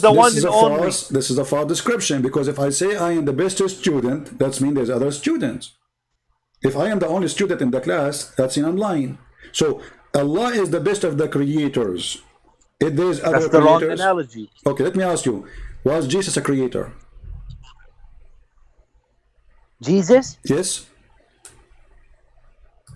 Isa, Yes. alayhi salam, Yes. he is a prophet. That's not the question. I'm asking you, was Jesus a creator? He's a prophet. This is not the question. Was He cannot be the creator. Okay, hold on, guys. He cannot I'm be the glad- creator. Chapter 3, verse number. Okay, so this is one of the points I want to make. So the fact that the Christians believe everything is forgiven, this is why we have a serious moral decline in the West, because everything is free. So with Sharia being implemented, Sharia, you can see, go Islam. you can go in the elevator, ask a woman to take off her panty. If you pay her $10 and you say to her, I want to do muta. No. Islam is a spiritual system. It's an economic system. You cannot say Islam is a spiritual because Allah is not a spirit. So how Islam can be spiritual if Allah himself is not spirit? Religious, but in Christianity, so you see now you give unto God what is God. Let us talk. Hold on. So Which one you want to talk about? Let us talk about gays. Let us talk about morality. Let us talk about gays. The Bible speak about the punishment of the gays. Punishment is death. Yeah. So look in the ball in the Western country. What is country. the punishment of gays in the Quran? They will be put to death. That's a lie. Show me the verse.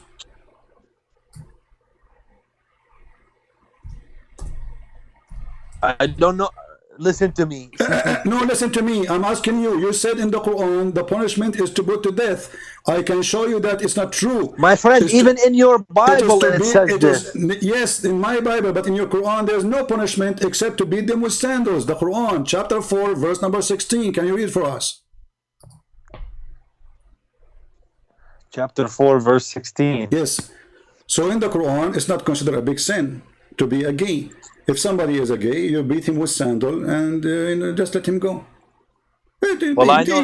You said to me, you use the word spanking. That's explaining where you are coming from. So now, okay. The Quran. Well, you're the one who says spanking. I use it because Muslims, they claim that they are the one who can spank us. Okay, so I'm just giving your game back. Yeah. I'm using your Quran and your Prophet hadith and your Prophet teaching. So if somebody is a gay, what is the penalty for him according to Islam? Punish them. What is the punishment according to the Quran?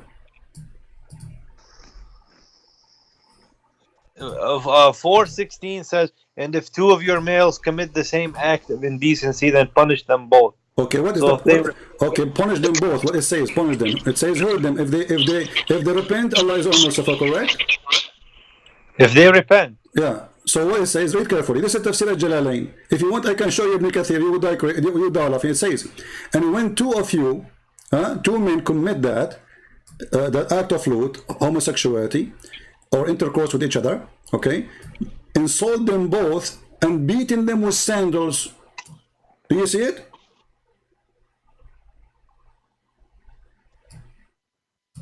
Yeah, we can do that, or we can put them to death. No. You said we put them to death. That is in the hadith, correct? We can do that. No. That is in the hadith, correct? You can put them to death. Yeah, I heard of it. Thank you very much, guys. Put them to death in the hadith. In the Quran, it says beat them with sandals. So I accept hadith. So why you don't follow Allah? You follow Muhammad. And then who is your God? If Allah he said you beat them with sandals, why you follow Muhammad then? So CP, let me explain to you about the science of hadith. Hadith, Sahih al-Bukhari and Sahih Muslim. Okay. Those are mostly true hadith. All right. But if something in the hadith does not agree with the Quran, we have to take the Quran. Exactly. So you just said the opposite. You say the Quran say beat them with sandals. The hadith says, but there are some subjective issues which is open to. So let me tell you. Guys, do you see the hypocrisy? He just said. I'm gonna tell you. He just said if something. You have a qadi. Hold on. You just said everybody heard you. If something disagree with the Quran, we take the Quran because the Quran is higher. But this is what you do, Muslims. You take what Muhammad say when you want. The Quran says you do muta, correct? Hadith says don't do mut'ah no more. Let me ask you, why your prophet allow Muslim women to rent her vagina for 5 minutes or 3 days? You are the one who spoke حظ about. بس You, بالمعارك you are the when there was no ma'arik. People when they are in war, they don't have time for sex, otherwise they will die.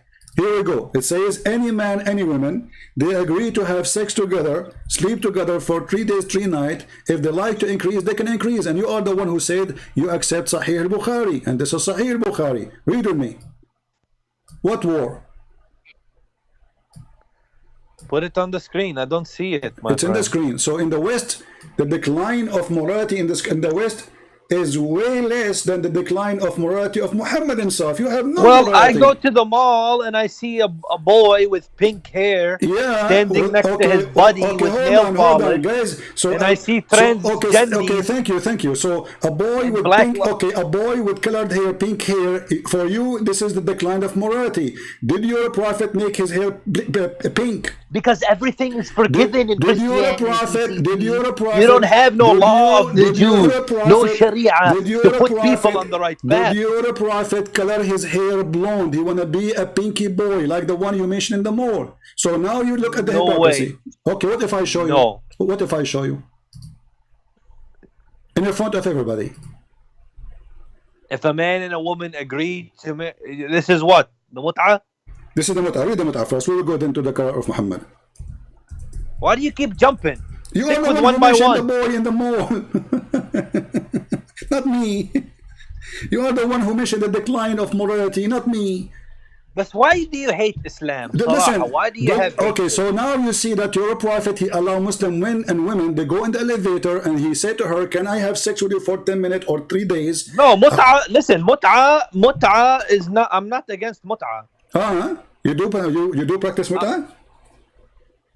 I don't practice it because I don't have a need to practice it, but I'm not against. You cut your private part. You don't have need. Okay, so you're against. You support mut'ah. So if your daughter, I didn't say that. With my Okay? respect to your, Be respectful. with my respect Don't to be your a family, sexual with my pervert. respect to my family, your Don't family. be a sexual I'm asking you a pervert. question. I'm asking you a question. This is not about. You see, the second it says mut'ah is Islam, not me. I'm not the one who practiced the mut'ah. It is you, and you are the one who said you support mut'ah. So if your daughter, with my respect to her, she come to you and she said, I want to do mut'ah with the boyfriend. Do you accept that? Listen, certain conditions have to be met. Do you accept that? If there's a contract, okay, so they sign contract for sex. If he produced the mahr, there's no mahr in mut'ah. Old enough. There's no mahr. There is no mahr in mut'ah. It's a payment. It's a down payment for sex. There's no mahr. Don't lie.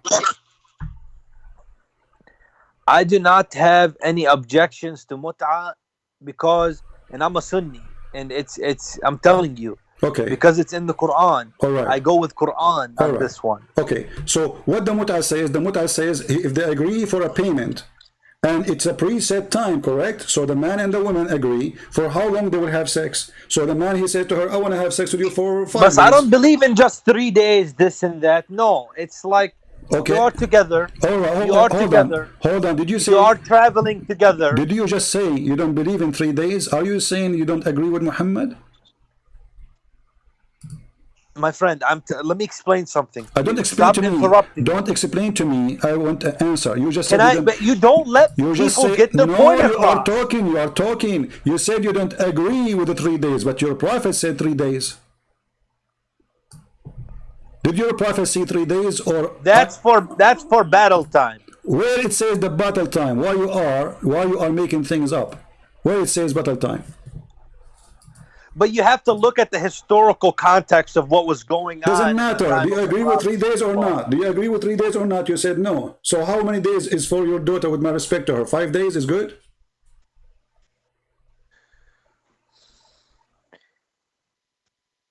You don't set a date. You just have a... No, mut'ah is about... Mut'ah is not a mut'ah if you don't set a date. Mut'ah is about preset date. There's no divorce in mut'ah. In mut'ah, there's no divorce. So when the time is up, everyone go to his place. That's it. So they agree about how many days. Day 2, 3, 4, 5, whatever. And then when the day is up, let us say the women agree until next Friday. Friday come, there's no divorce. And the women will not inherit the husband. It's just muta. Muta means pleasure. It's a sexual pleasure. So you are the one who spoke about morality in the West, and look how much you fail with your prophet in morality. Now, you are the one who mentioned to me that you saw a guy with the pink hair in the mall, and you said this is the decline of morality. Did your prophet made his hair pink? Look how many gays you have. Okay, let us see if your prophet is a gay. Let us start with the hair. Did your prophet color his hair pink and red? I never heard of such a thing, Okay, CP. Don't make things up. read carefully with me. This is Sahih. It says that the prophet, he used to stain his hair with henna. Henna will make you red. Why the prophet, he liked to be red-headed? He is Are you talking just about? Are you talking about the Hajj time? No, I'm talking about your prophet. He colored his hair. Your prophet and all the Muslims follow him. They color their hair with the henna. And all the boys, they do that. And your prophet is one of those boys. Is this da'if? What da'if? We show you only, okay, we will show you only what is strong. What do you think? Give me just sahih. All right, let me show you the sahih. Give me a second.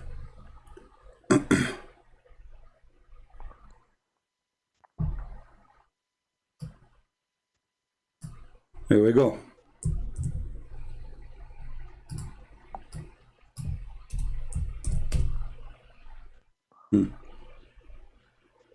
ضعيف, huh? ضعيف. I saw it. Let us see which one we will show you. There's many, tons of them.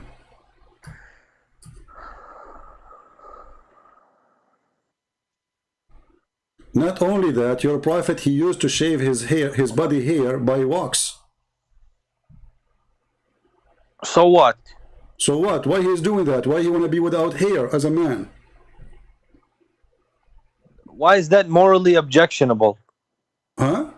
You are the one who mentioned that there's a guy. Why is it wrong to shave your hair? Why you said a boy, he was in the mall, he have a pink hair, and you speak about the decline of morality. But when your prophet, you do so, it's okay. You're a prophet, the companion, the grandsons of Muhammad, everybody was coloring his hair by henna. Why he want to color his hair by henna, want to be a red boy? Now, you are the one who mentioned about gays and lesbian. Let me ask you, did you see in the mall somebody kissing a man down his belly, like hugging him, and they are naked, like wearing no t-shirt? What do you think about that scene? Is that a homosexual thing? Well, I never seen that at the mall. No, I wouldn't want to see that. Two guys doing this. You don't want to see that. Thank you. Guys, he don't want to see that. Well, why your prophet, he did it then? Here we go. This is your prophet. No. The prophet. Okay, the Arabs, okay, here we go. The Arabs, they used to go, they kiss each other on the cheek. They say, no. So, okay, so now, guys, the Arab, they kiss each other, but they kiss each other down their belly, and they take off their t-shirt to touch each other. This is just horseplay, Asifi. Horseplay. My friend, it's a horseplay. It's written in your book. Read it.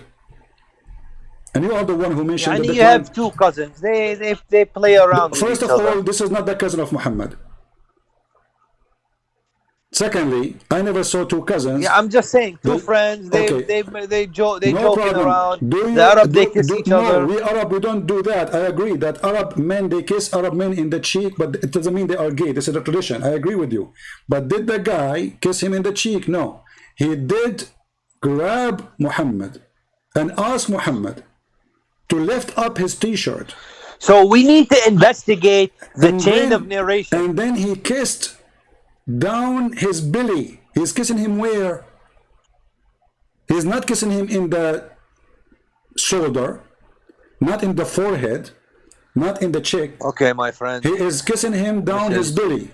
And look, you said we need to check the chain of narration. No problem. Here we go. It says Sahih in chain. Al-Albani. Usayd ibn Hudayr. Do you see? It says Sahih in chain.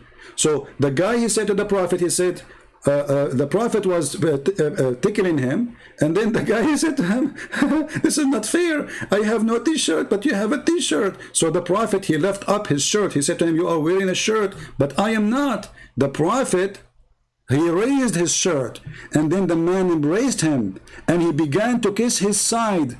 Then he said, this is what I want. This is what I want. Sahih in chain. In chain. Yeah, you are the one who said we have to check the chain a second ago. You forgot? But you have to have a hard Sahih. Okay, let me ask you. You see, I'm willing to change everything just for your sake. And we will forget about all the stupid things you just said and you accuse me with. It turned to be it's you who practice it. Now, can you prove to me Islam to be from God? I'm not going to ask you a question. Choose a topic which can confirm Islam to be from God. Go ahead. Okay, so one of those topics is, you know, that Muhammad couldn't read, isn't it? He cannot? So you have, I don't have the number of times, but so you have the word Musa. Okay. And the words Fir'aun, they are mentioned the same number of times. You have the word dunya and the word akhirah the same number of times. So you see the pattern. In the Quran, you have the a word and it's exact opposite or exact contrast. And it's mentioned the same number of times. How can that be? Well, first of all, those numbers turn to be false. You can watch my videos about them. It's false. All of them, they are false. Secondly, let us say for the sake of argument, I made a book right now and I say the word stupid 1,000 times and the word smart 1,000 times. That will make me God?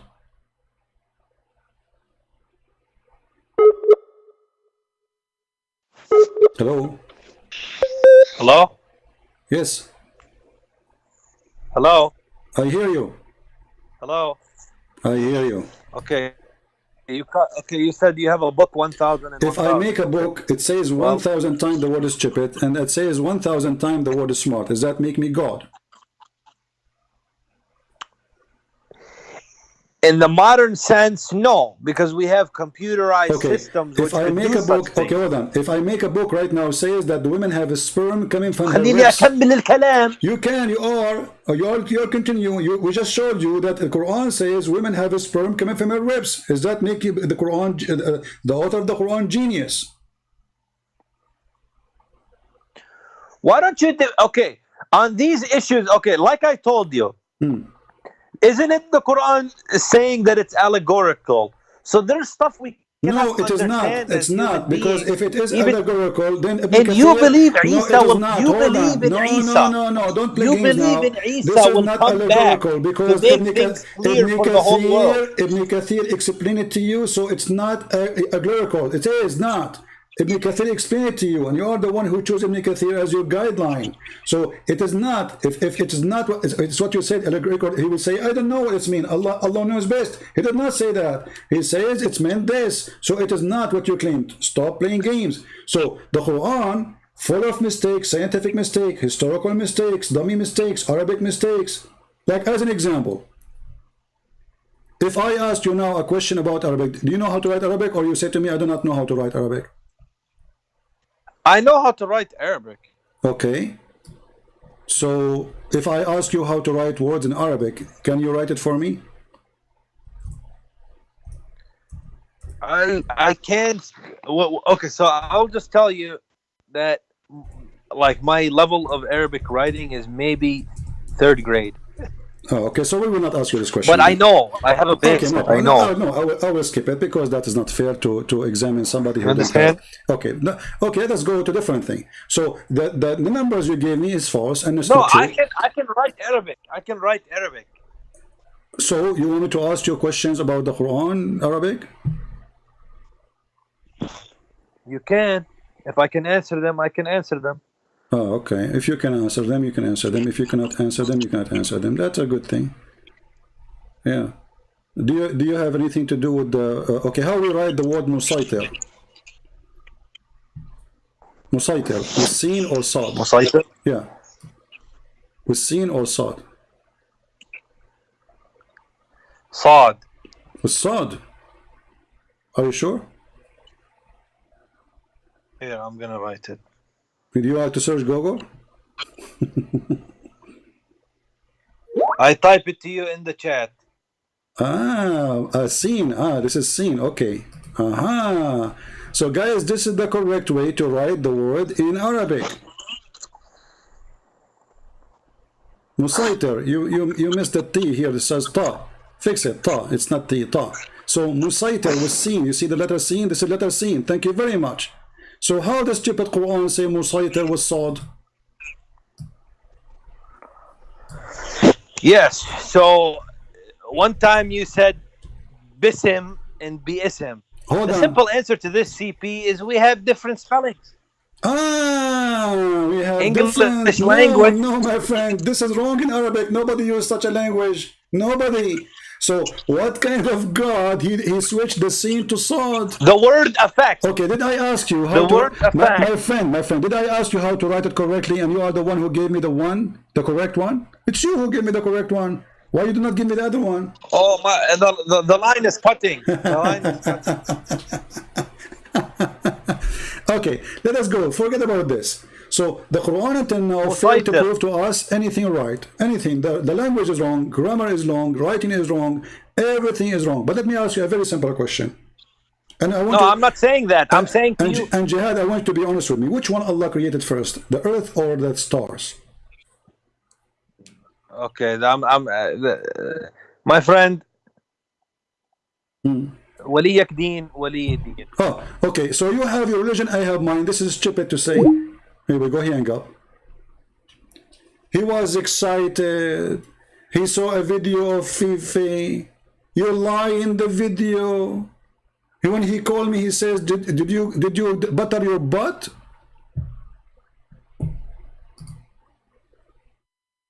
And now he hang up, defeated, with no mercy.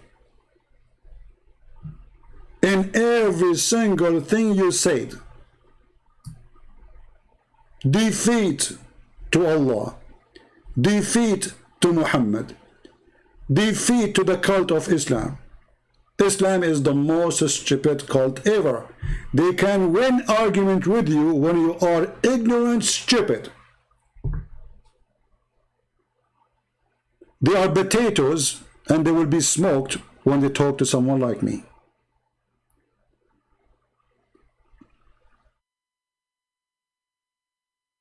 And look what he said to us. He said, you have your religion, I have mine. I mean, have you ever heard of a stupid God he says such a thing? Let us go to the verse, the last one he mentioned, so just for comedy. It's a comedy. If we go to the chapter, it's called Al-Kafirun. Let us go to Al-Kafirun chapter. You will die laughing. You see the Muslims, they say the Arab Quran is amazing. Read with me and laugh. And look, they add in the beginning a verse, it's not in the Quran, in the name of Allah. Have you ever heard of a God he say in the name of Allah when he speak? And he is Allah. That is the most stupid. The only one who will do that is Joe Biden. Like Joe Biden, he go in his speech, he say in the name of the president, Joe Biden, you are the president. Oh, okay. I forgot. I thought I'm Joe Biden's husband. Oh, okay. So you know the thing. So okay, say, oh disbeliever. Okay, I worship not what you worship. And nor worship ye that I worship. And I shall not worship what you worship, nor you will worship what I worship.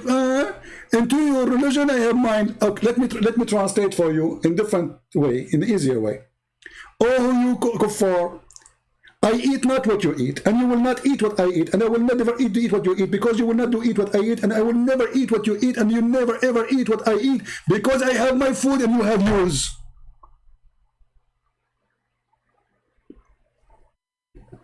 Additional to that,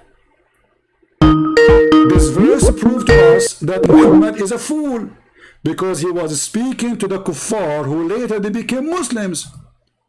And he said to them, you will not worship what I worship. Do you see it? This verse was given to the Arab people of Mecca who later they became Muslims.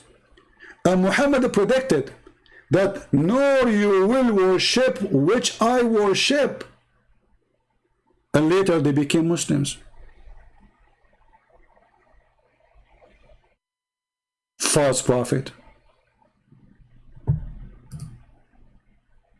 Do you see it? And they come to us and they say, can you make a Quran like this? Yeah, I will make a Quran, I call it the chapter of hummus. Oh, who you believe? You eat not what I eat. And hummus I eat, you eat not hummus. And you will never eat hummus because you cannot make hummus like my hummus. So I eat hummus and you eat not hummus, and you will never eat hummus because I will not eat your hummus, and you eat not my hummus, for I never eat your hummus. You have your hummus, I have mine. This is a religion and this is God.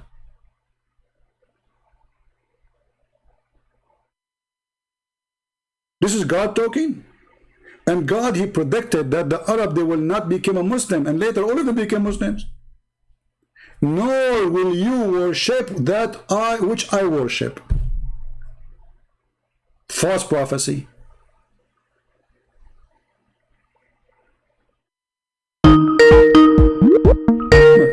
Ford is calling, I think. Hello? Meow. This guy, he became a cat. He became a cat, my friend. That explains why the biggest scholar of Islam who gave hadith about Muhammad, his name is the Abu Huraira, the father of the cats. Number one reporter of what Muhammad said is Abu Huraira, the father of the cats. And why he was called the father of the cats? Any Muslim can tell us?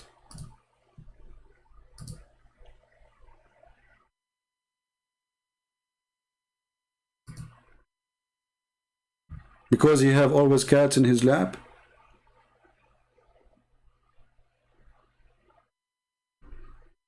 And the funny, Muhammad, he married Zainab bint Jahsh. Jahsh means donkey, Zainab the daughter of the donkey. And the last name of Muhammad is Kilab, which means dogs. Look at this zoo. The last name of Muhammad is dogs. The last name of his wife is donkey. And now we have a cat calling me and getting me busted. And the one who report the hadith of the Prophet, the father of the cats. And then we go in the Quran, we find the chapter of the elephant. And then the chapter of the spider. And then the chapter of the cow. My friend, it's a zoo. And by the way, I mean, Jehad, he left, but he can call me back. If hey, Jehad, take some vitamin, you will get stronger, my friend. Huh? And you can refute me, brother.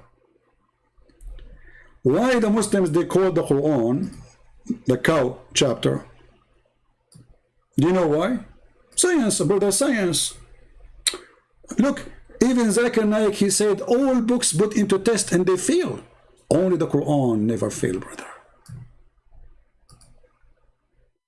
Only the Quran, brother. But today, if a religious book says in a very poetic fashion, the world is flat, will a mortal man believe? No. But natural, no. Because today is the age of science and technology. But the Quran says the earth is flat.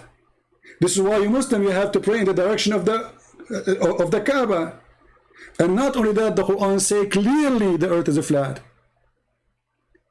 So, hey brother, we have to put the books of God or those who claim to have God into test.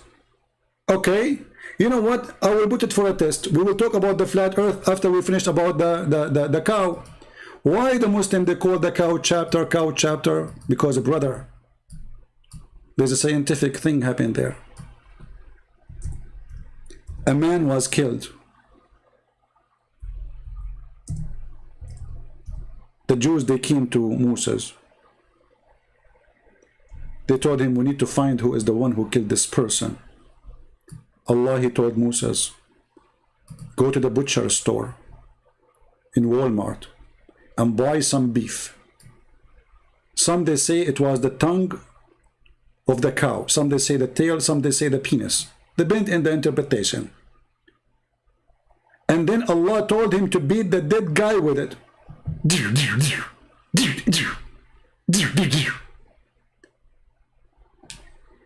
You know what? Watching a movie, comedy movie like The Naked Gun is way more makes sense than watching the movie of Muhammad.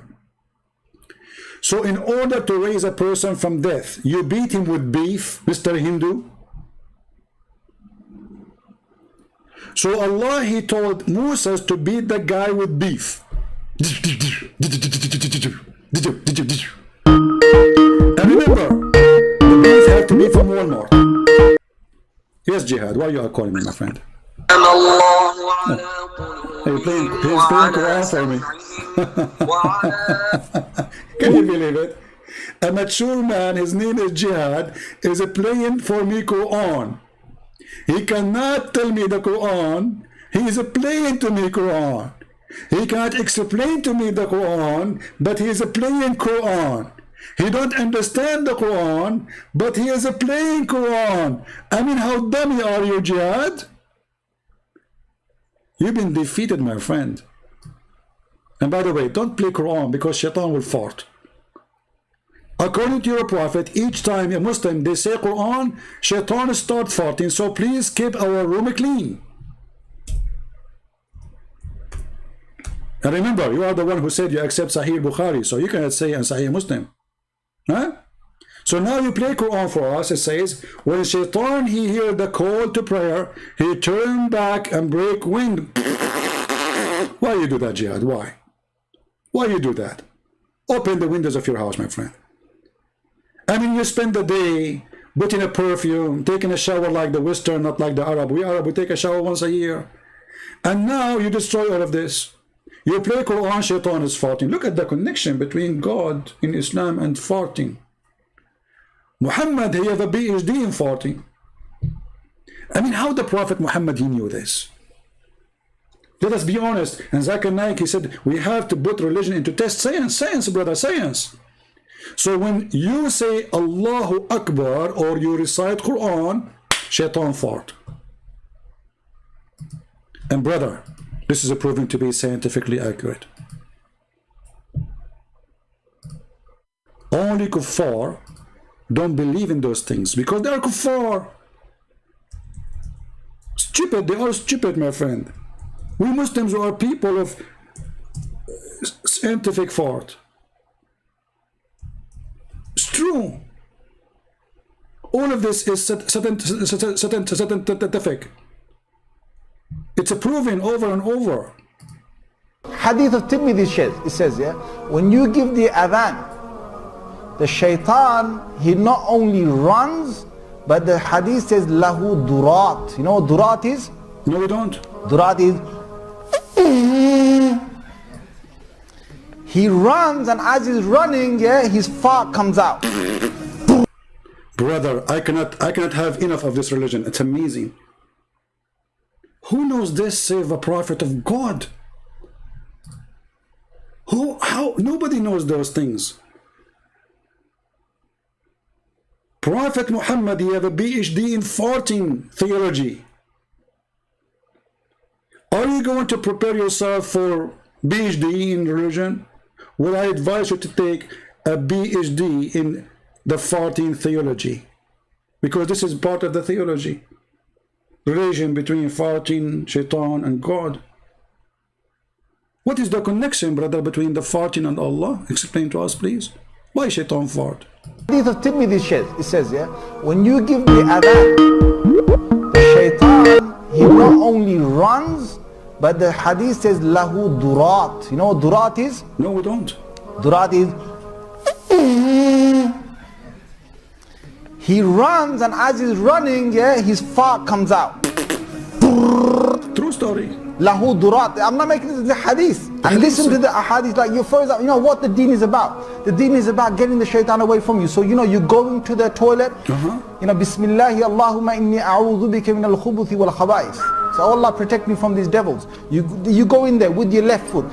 The left. Brother, stop. Brother, take a note, brother. You have to enter the bathroom with the left foot, because this protection will not work, brother, if you enter with the right foot. Brother, the Prophet says so. It is, Zakir Naik says Islam can stand the test of science. So brother, if you enter the bathroom with your right foot, brother, your anus is in trouble. Hey Jihad, how many times you enter the bathroom with right foot? Be honest with me. Every day do you that? Huh? Foot you went in, you get a reward for that. You're in the toilet, shaitan can't see you anymore. The foot you went in, you get a reward for that. You're in devils. You go in there with your left foot. The left foot you went in, you get a reward for that. You're in the toilet, shaitan can't see you anymore. Brother, you get reward just because you enter with the left foot. That's alone. Like, look. There's reward in every step in Islam, brother. So now a Muslim, he wanna enter the bathroom. He stand by. He opened the door. He now look at his left foot. He left his left foot. And then he put it there and he is so happy. I got reward now. Me, I cannot. Let me go to my bathroom. Hold on. Okay, I entered the bathroom with my left foot and I got the reward. I'm coming back. What is that, man? That's deep. That's so deep. I love it. It's in a hadith, right? If you don't toilet, Bismillahi Allahumma inni a'udhu bika min al-khubuthi wal khaba'ith. So Allah protect me from these devils. You go in there with your left foot. The left foot you went in, you get a reward for that. You're in the toilet, shaitan can't see you anymore. That's in a hadith, right? Look at this, you became invisible. Can you believe it? Because you said, A'udhu billahi min khubsi shaitani wal khaba'ith. Asking Allah seek refuge from the game of shaitan and his boyfriends. You go in the bathroom now, brother, you are invisible. I want to use that for a bank robbery. Enter the bank door with the left foot, and I say I seek refuge from the security and their friends. And then I will become invisible, and then I take the money without even doing anything. I don't even talk to anyone. Nobody see me. I'm invisible. All what they will see, money going in my pocket. Bingo. Unbelievable. Science, brother. Zakir Naik, he said Islam stands science. Test of science. All books fail. Islam never fail. You're in the toilet, shaitan can't see you anymore. That's in a hadith, right? If you don't say the dua, what happens is the shaitan... Hold on. Now the real deal. What happens if you don't say that prayer before you enter the bathroom? Brother, get ready for the consequence of not praying to Allah when you are going to take off your pant. Bad things will happen, brother. Unless you are from San Francisco. You will like it. Okay, what will happen? Dua, what happens is the shaitan not only comes inside, but the hadith of Tirmidhi says he plays with your bowels. He plays with your bowels. So you're inside there, you're thinking you're going to be out there in 5 minutes. He's taking you 20 minutes and you're still not halfway there.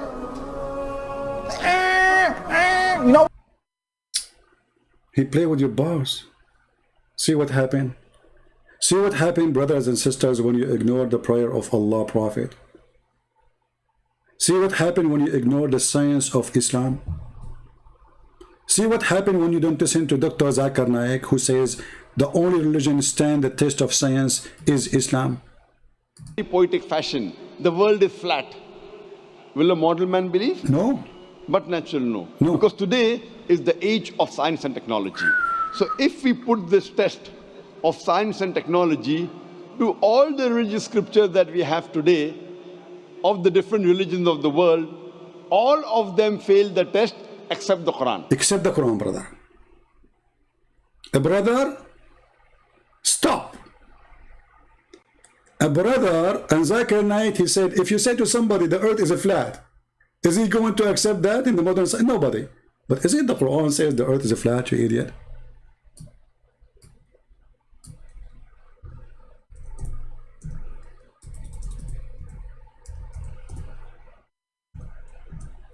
Is that your Quran?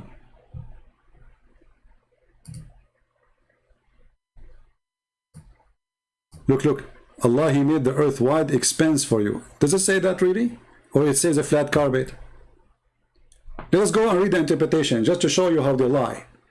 Chapter 71, verse number 19.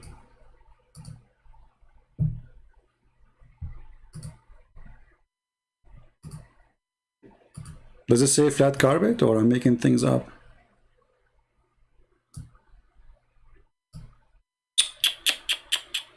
Look at this. Look, look, look. And God has made the earth a flat, open expanse for you. In the translation there, the word flat is gone. Isn't this why you Muslims, you pray in the direction of the Kaaba, and yet you live in Australia and in America?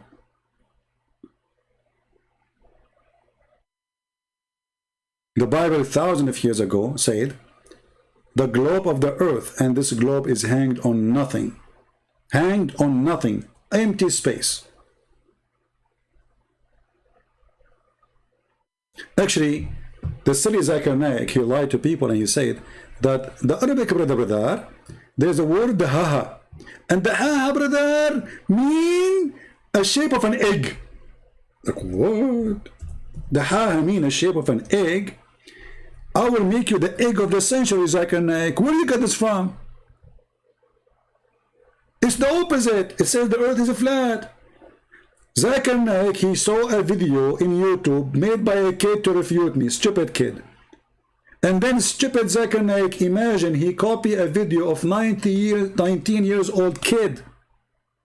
This is a video made by a 19 years old kid claiming that the word Dahaha mean a shape of an egg. And then every Muslim start laughing at him, says that's not true, but they copy just to promote religion. And this is why you see in the translation, not a single translation use the word egg. Where is the word egg there? Choose any translation. Why Muslims are hiding it? It's not there because there's no egg. It's the opposite. It says the ha, make it flat. The stupid Zakir Naik, he copied a video made by a 19 years old kid from YouTube. And he put it in his book. And you can go try every single translation. Okay, a challenge in front of the Muslims. Hey Muslim, what translation for chapter 79 verse number 30 says egg? Not flat. Any Muslim can give me one? None of them says that. Because simply there's nothing like this there. Choose anyone you want. Itani, Biktal, Muhammad Asad, which one you want? Where do you get the word egg from? Hold on, let me find you the videos of Zakir Naik saying that. Just for a comedy.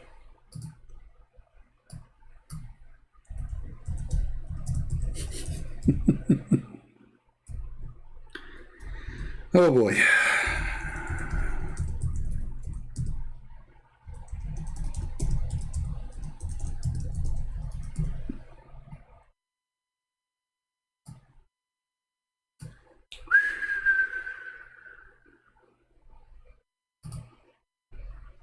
Previously, the human beings, we thought that the earth on which we live, it is flat. It was in 1577, Sir Francis Drake, when he sailed around the earth, he proved that the earth was spherical. Quran mentions in Surah Luqman, chapter number 31, verse number 29, it is Allah subhanahu wa ta'ala who merges the night into day and merges the day into night. Alam tara anna Allaha yuliju layla fil nahari wa yuliju nahara fil layli. It is Allah subhanahu wa ta'ala who merges the night into the day and merges the day into the night. Merging is a gradual and slow process. The night slowly and gradually merges into the day, and the day slowly and gradually merges into the night. If the earth was flat, there would have been a sudden change. It would have been a gradual process of... Okay. Just let me get you busted, Abdul. You see, the easiest way always to get those stupid self-acclaimed scholars busted is to go right away to the Quran, and you will see that what he is quoting include a mistake, clear mistake in the Quran. So let's go there. He said, let us go back, show you the verse in the screen, because they put it in the screen, right? Here we go. Where is the screen? Where is the verse? Where is the verse? Yeah, there's a YouTube video. Okay, here we go. It's chapter 31, verse number 29. Let us go with you. 31, 29. And then you will see how we will laugh.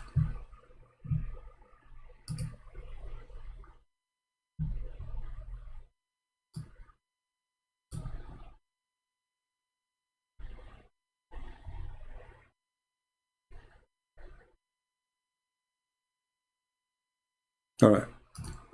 Allah, hasn't you seen how Allah caused the night to pass into the day and caused the day to pass into the night? This is the statement in front of us. This is what he's quoting. All right.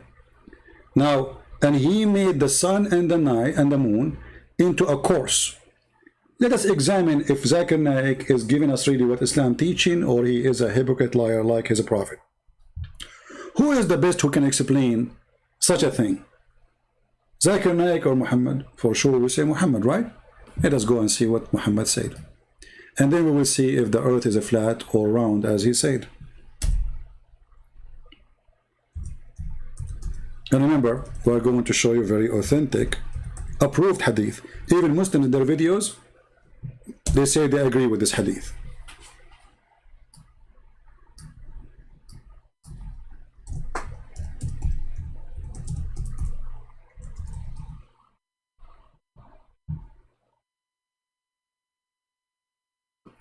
First of all, the Prophet of Islam, he teach that the sun set in murky water, and this is explaining to what Muhammad he said in chapter 18 in the Quran, proving Muhammad to be a false prophet again, that the sun every night go and sit in a spring of boiling water. And as you see, this is an accurate hadith. Let us continue. Are we done? No. This is Sahih al-Bukhari, which is the top authentic source of Islam. I was with the Prophet in the mosque at the sunset. The Prophet says, "O Abu Dhar," Dhar means the father of the ants, "do you know where the sun set?" I replied, "Allah and his apostle know best." He said, "It goes and prostrate underneath Allah's throne, and that Allah's statement, the sun runs into a fixed course for a term and decree." Chapter 36, verse number 38. So, according to Islam, very clear evidence that the sun is the one is moving every day from the east to the west, and the earth is fixed, and the earth is flat. This is why Muhammad in different hadith he said that Allah he come down every third part of the night.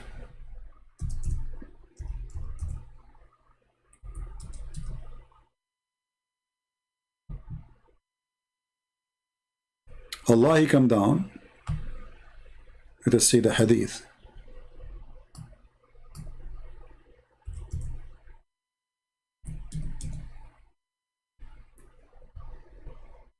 Allah come down every third part of the night, and he asked the people in the lowest heaven, "Who is asking me?" If Muhammad he knew, and if the Quran mentioned that the earth is not flat, then there's no third part of the night where the Lord he can come. That again is proving Muhammad to be a false prophet. In the top of that, the sun goes every day from the east to the west until Allah he forbid the sun to come from where it's coming from, which means to go back to the to go back and rise from the east. He will ask the sun to go back where it's coming from. Read carefully with me.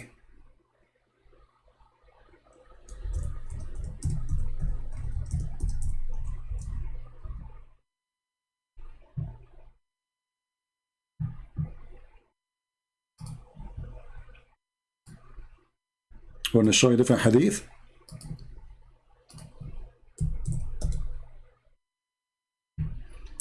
This is Sahih Bukhari again. It says that the sun goes every day, and we showed you this one already. But here you will notice here in the hadith, it says that the sun goes every day in its course, and the course of the sun is what? Is moving from the east to the west every day, as you see.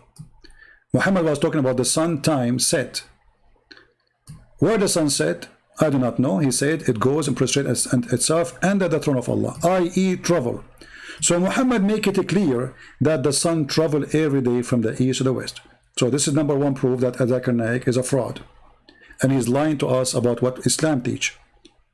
And then the sun, after it goes, not the earth is going, the sun is going from the east to the west, prostrate itself under the throne, and then Allah will give it permission to rise again. So the sun went down. Where? Under the throne. All right. And then it's permitted then, and the time will come when it's about to prostrate itself, like the sun will keep doing this every day, until one day the sun come to prostrate, and Allah will not accept the prostration of the sun. And then he will order the sun to go back where it's coming from. He will not give it permission to go in the course, the normal course. So then it says, it will not be permitted to go in the course, and then it will be ordered to return whence it has came or come. So it will rise from the west. Do you see it? So if you ask yourself, Zakir Naik, a person who memorized everything, did he ever see this hadith, which is very authentic, or he never? For sure he did. So why he is lying? Because Islam is based in deception. As somebody said, Islam without lies dies. Islam without lies, Islam dies. Right? Well, what metaphorical? No, this is okay. Who is okay? You see, when somebody says this is metaphorical, and actually, you know, I saw the video when he made the apostate prophet. He said, "I agree with this hadith," and he did not say it's metaphorical. He said this is true, and even he made a cartoon to explain to you. So no, he did not say it's metaphorical, unless he made a new video biting his tongue again. So listen carefully. Muhammad talking about the sunset time. How that can be metaphorical? Do you know where the sun set? This is not people talking, giving a parable. He says, do you know where the sun set? Read carefully. Do you know where the sun goes actually? Not only set, goes. How that can be metaphorical? I replied, Allah and His Apostle know best. This is happening in the time of the sunset. So they are talking about something happening right now as we speak. He said it goes, i.e. travel. So how that can be metaphorical? Anything is embarrassment to Islam. Muslims, they try to make it metaphorical. But isn't it clear? Isn't it obvious? You see how they lie? When Muhammad, he said the sun set in a murky water, is that metaphorical? Well, everything Islam, then it's metaphorical. That's it. Anything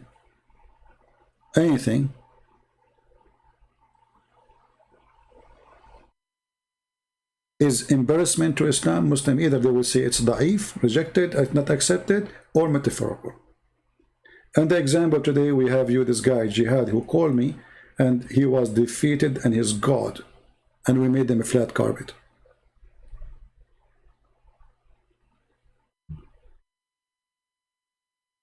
So, you know, when a Muslim, he says Islam can stand the test. Actually, I wanted to talk about a comment in the comment section. A Muslim, he posted.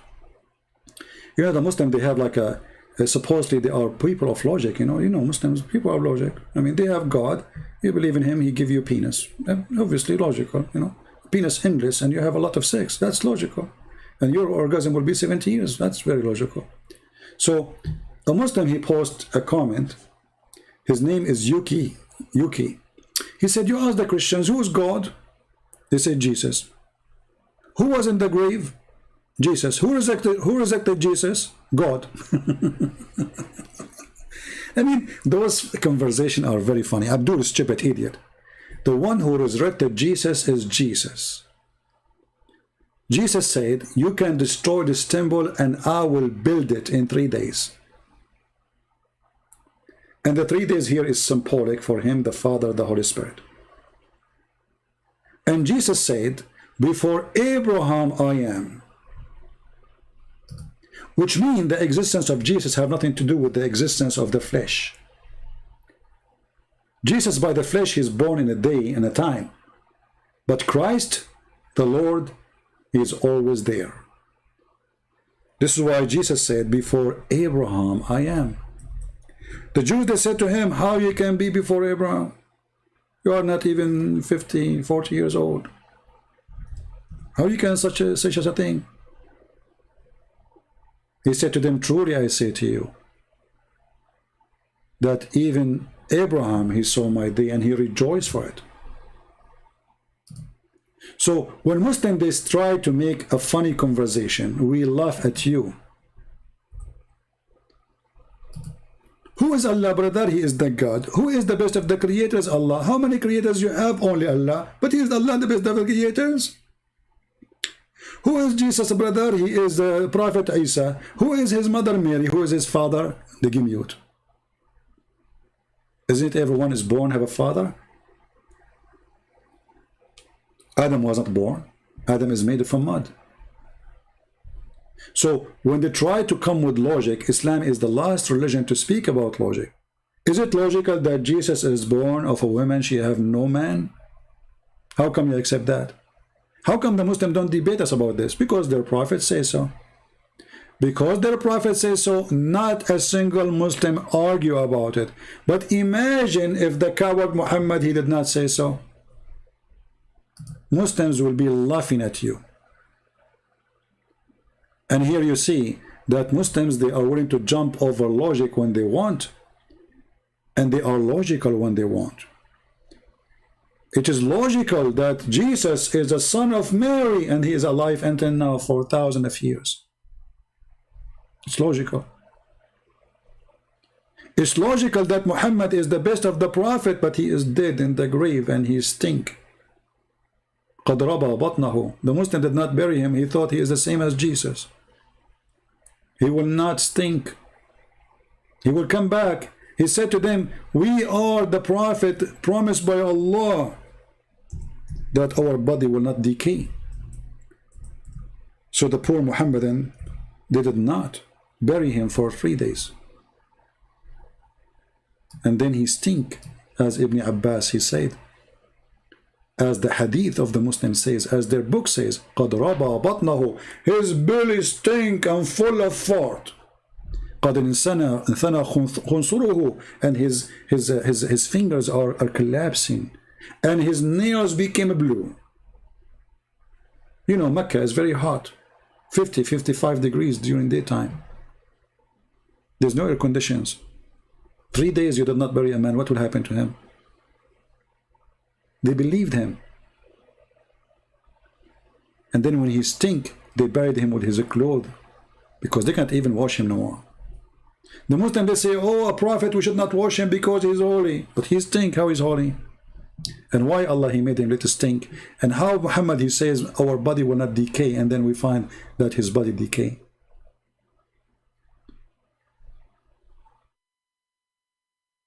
You know, when we speak about the crucifixion of Jesus, maybe I should make just a video about this topic. When we talk about the death of Christ, you remember this was the death of the flesh. No one can kill God. No one. And remember that Jesus is exist, or Christ is exist before the flesh of the man Jesus. So they kill which was not even exist before, but still Christ was exist. Are we listening? When Christ, he said, before Abraham I am, he's speaking about his existence before he became a flesh. For God, he loved his word, he sent the word, he sent his only begotten son. And God, he humbled himself, he took a flesh of a man. He humbled himself. So the flesh of Jesus is the humble God who was exist before became a flesh. The Muslim, they lie, they say Christian believe that their God got killed. Our God existence have nothing to do with the flesh. Is a humble image of the glorious God. So they killed the flesh of Jesus, but nobody can kill God. And you will see Jesus when he speak about himself, and he say to the Jews,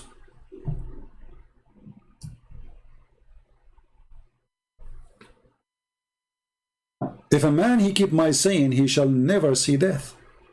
Then they said, the Jews, to him, now we know that this person has a devil. Look what he's saying. The one who keep my saying, which means he's saying he's God. Well, who? You're saying who? Don't we have the law of the Torah? Don't we have the law of Moses? Why? Who? What do you mean by saying? But they do not know that God is speaking to them, and he is the one who gave Moses the orders. And then he says, Abraham is dead, And the prophet, and you say it, the man who keep my saying, he shall never taste of death. How that can be? Are thou greater than our father Abraham? Look at the question. The question is not, are you a prophet? The question is not, you claim to be knowledgeable, rabbi. Are you claiming to be greater than our father Abraham, which is dead? Our greatest father, Abraham, is dead. So are you saying you are way higher than him? And even you will not, like you are over death. And the prophet are dead. Who make you think of yourself? What do you think of yourself?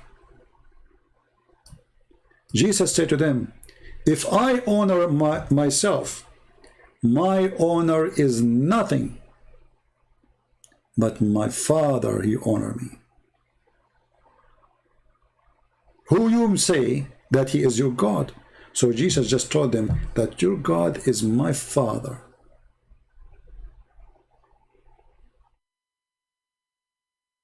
Yet you have not known him, but I know him. And if I should say I know him not, I shall be a liar like unto you. But I know him, and I keep his saying. Your father Abraham rejoiced to see my day, and he saw it. Here, Jesus gave them a shocking statement. He claimed that Abraham, which is an ancient man compared to those people,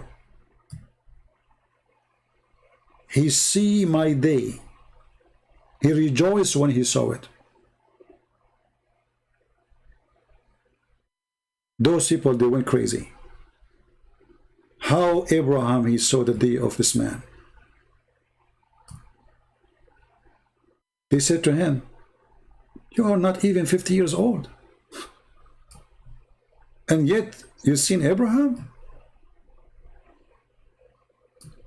Jesus said to them, verily, verily, I say unto you, before Abraham, I am.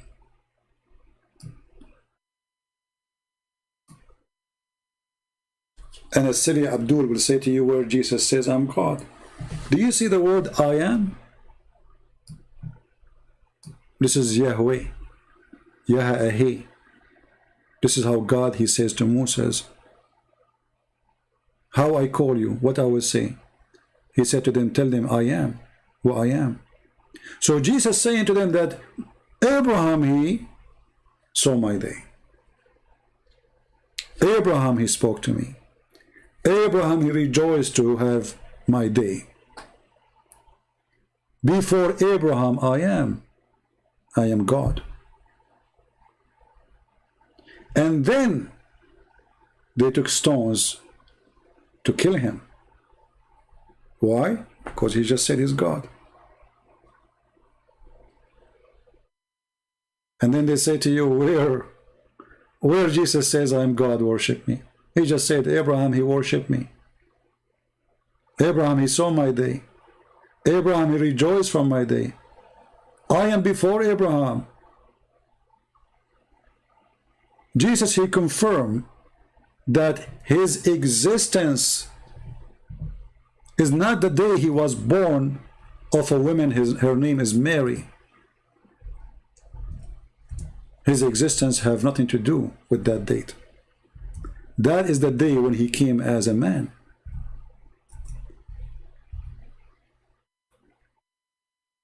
When Jesus says, I am the living God,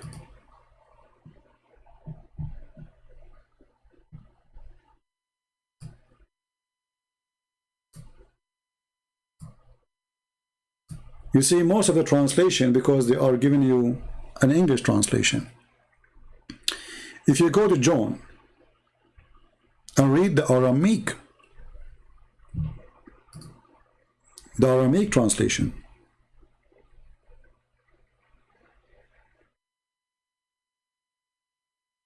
Adam saying, it doesn't say I am God, it says I am.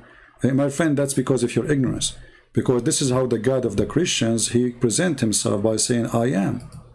I just told you that Musa said to God,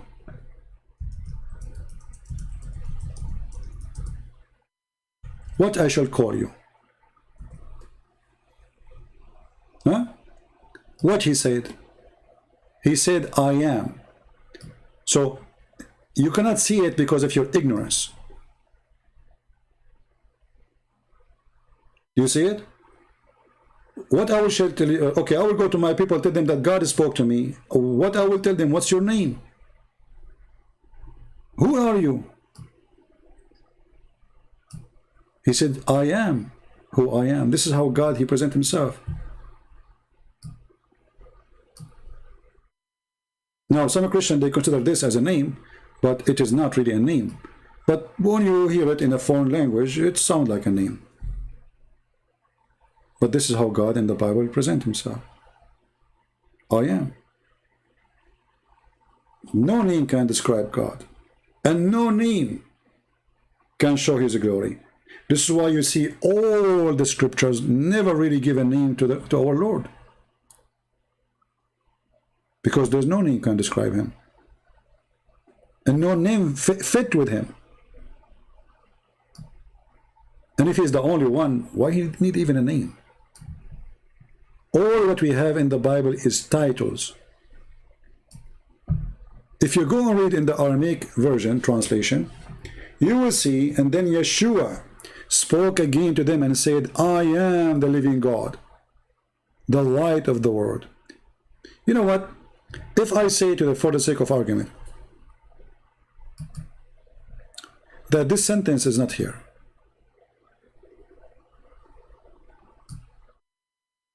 but he is saying, I am the light of the world.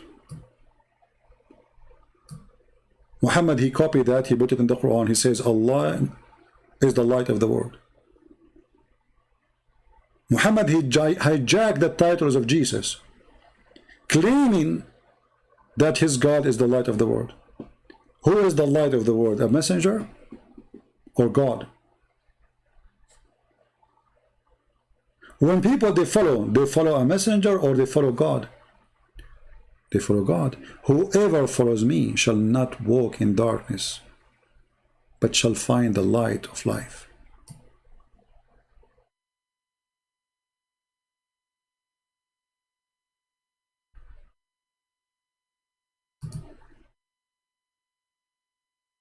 So my friend, Jesus, he confirmed over and over who is he.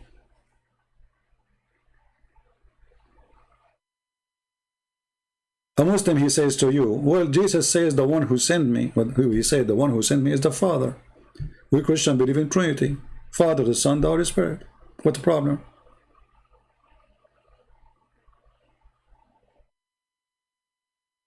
We just heard Jehad, when he called me, saying that we call Allah, or Allah, he called himself we, because that is majestic. So the Muslims agree that it is more nice if God is more than one. And Allah is desperate to the point he is seeking to be many by saying we. My voice become a distance. I don't think this is from my side. I think this is from your side.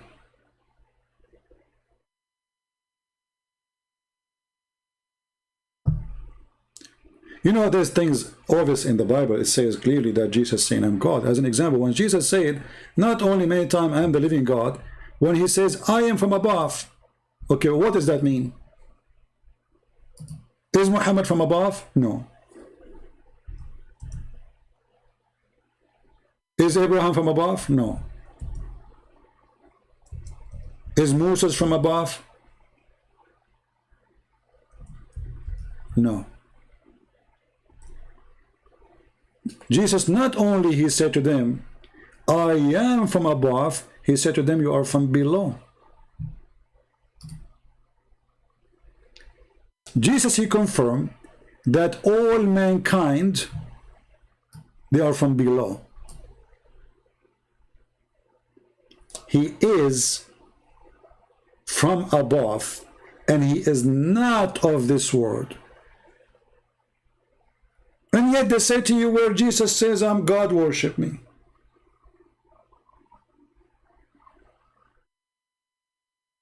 How clear it can be more than this. You are from beneath. And remember, Jesus speak to them. He is in the earth. He was not talking then when he was in heaven. He's speaking standing in the same land they are standing on. You are from beneath, I am from above. You are of this world, I am not of this world. How we can explain such a thing? Look how powerful this is statement.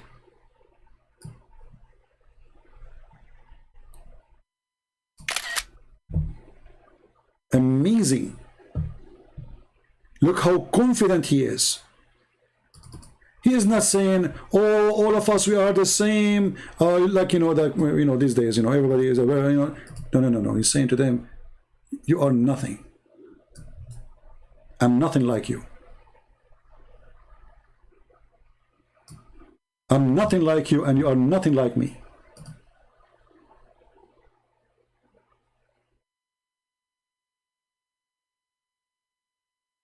That is the word of my Lord, the glorious Messiah. So you follow Muhammad, the one who was busy after a 5-year-old kid, the one who go to his son's house, and when the wife was alone, he flirted with her, and later he forced the husband to have her, to give her to him. The criminal, the gang, the child molester, the rapist, the thief. How in the world you follow someone like Muhammad? How dare you? So I say to my brothers and sisters in Christ, I am the sinner man saying to you, our sin is great. Our sin actually should not be forgiven. But his glory and his love, making things possible. Not because we deserve it, but because he loves us. For the first time, God, he said, those are my children's. He don't want slaves. He considers us as children's. That is a true love. This is why when they asked Jesus how to pray, he said, say this, or like this, our Father. Our Father. Look how much loving this word is. Our God, he cares for us. He is our Father. Their God, he is collecting slaves, for he is the devil.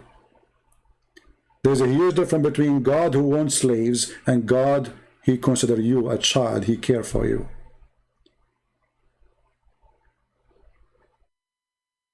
We have a loving God.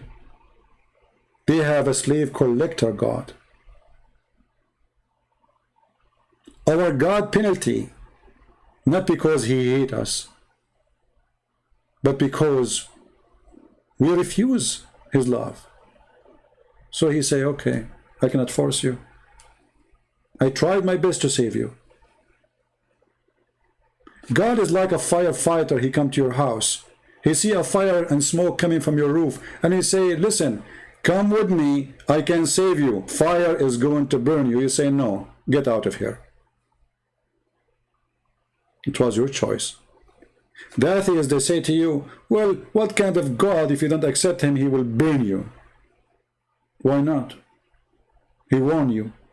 He called you many times. He called you every day. He spoke to you. He sent even his only begotten son to knock at your door and say, come out. And you reject, so why you complain?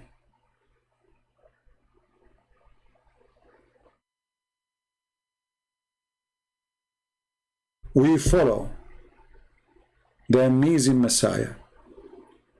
They follow a prophet who received the prayer of God when he was doing poo-poo.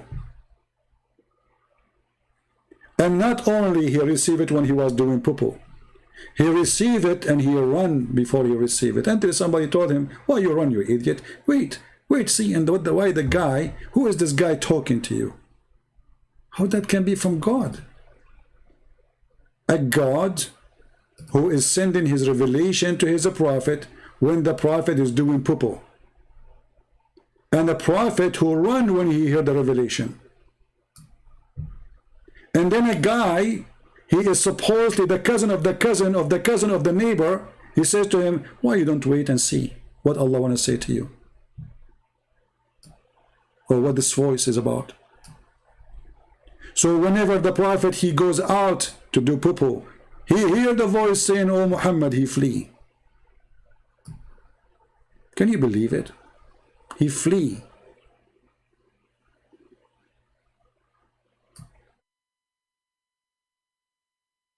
A person who have God in his side, he will not flee when he hear a voice coming from God. Mary was a woman. She did not flee when the angel, and the same angel came to Muhammad, supposedly came to her. Did she flee?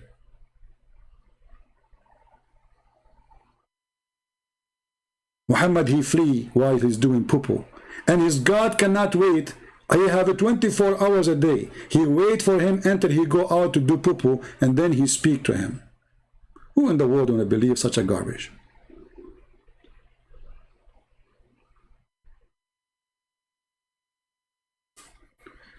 So I want to say to you guys, thank you very much for being here. Don't forget to download my videos. As you know, I don't keep my videos on my channel. Some of you says, where's your video?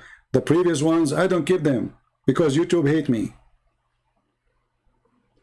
I'm one-man army. People think I have assistants, I have etc. I do my work alone. So the only way for you to keep my videos alive is to download my videos, repost it in different channel. You can cut them pieces like the guy who called me. Give it a name, give it different title, whatever you want, based on the topic happened in the debate. So your help is needed, but the help is not for me. I do not need your help. I'm the last one who need help, to be honest with you, when it's come to this cult. I'm here to help you, not the opposite. I'm here spending my day. It is a beautiful Sunday. I can go out. I can do whatever I want. But I spend hours and hours from my own day repeating the same garbage for years after years. Not because I love it, but because I love to save you and save your kids from the deception. Otherwise, I'm sick of it. Honest to God, I'm so sick of this garbage.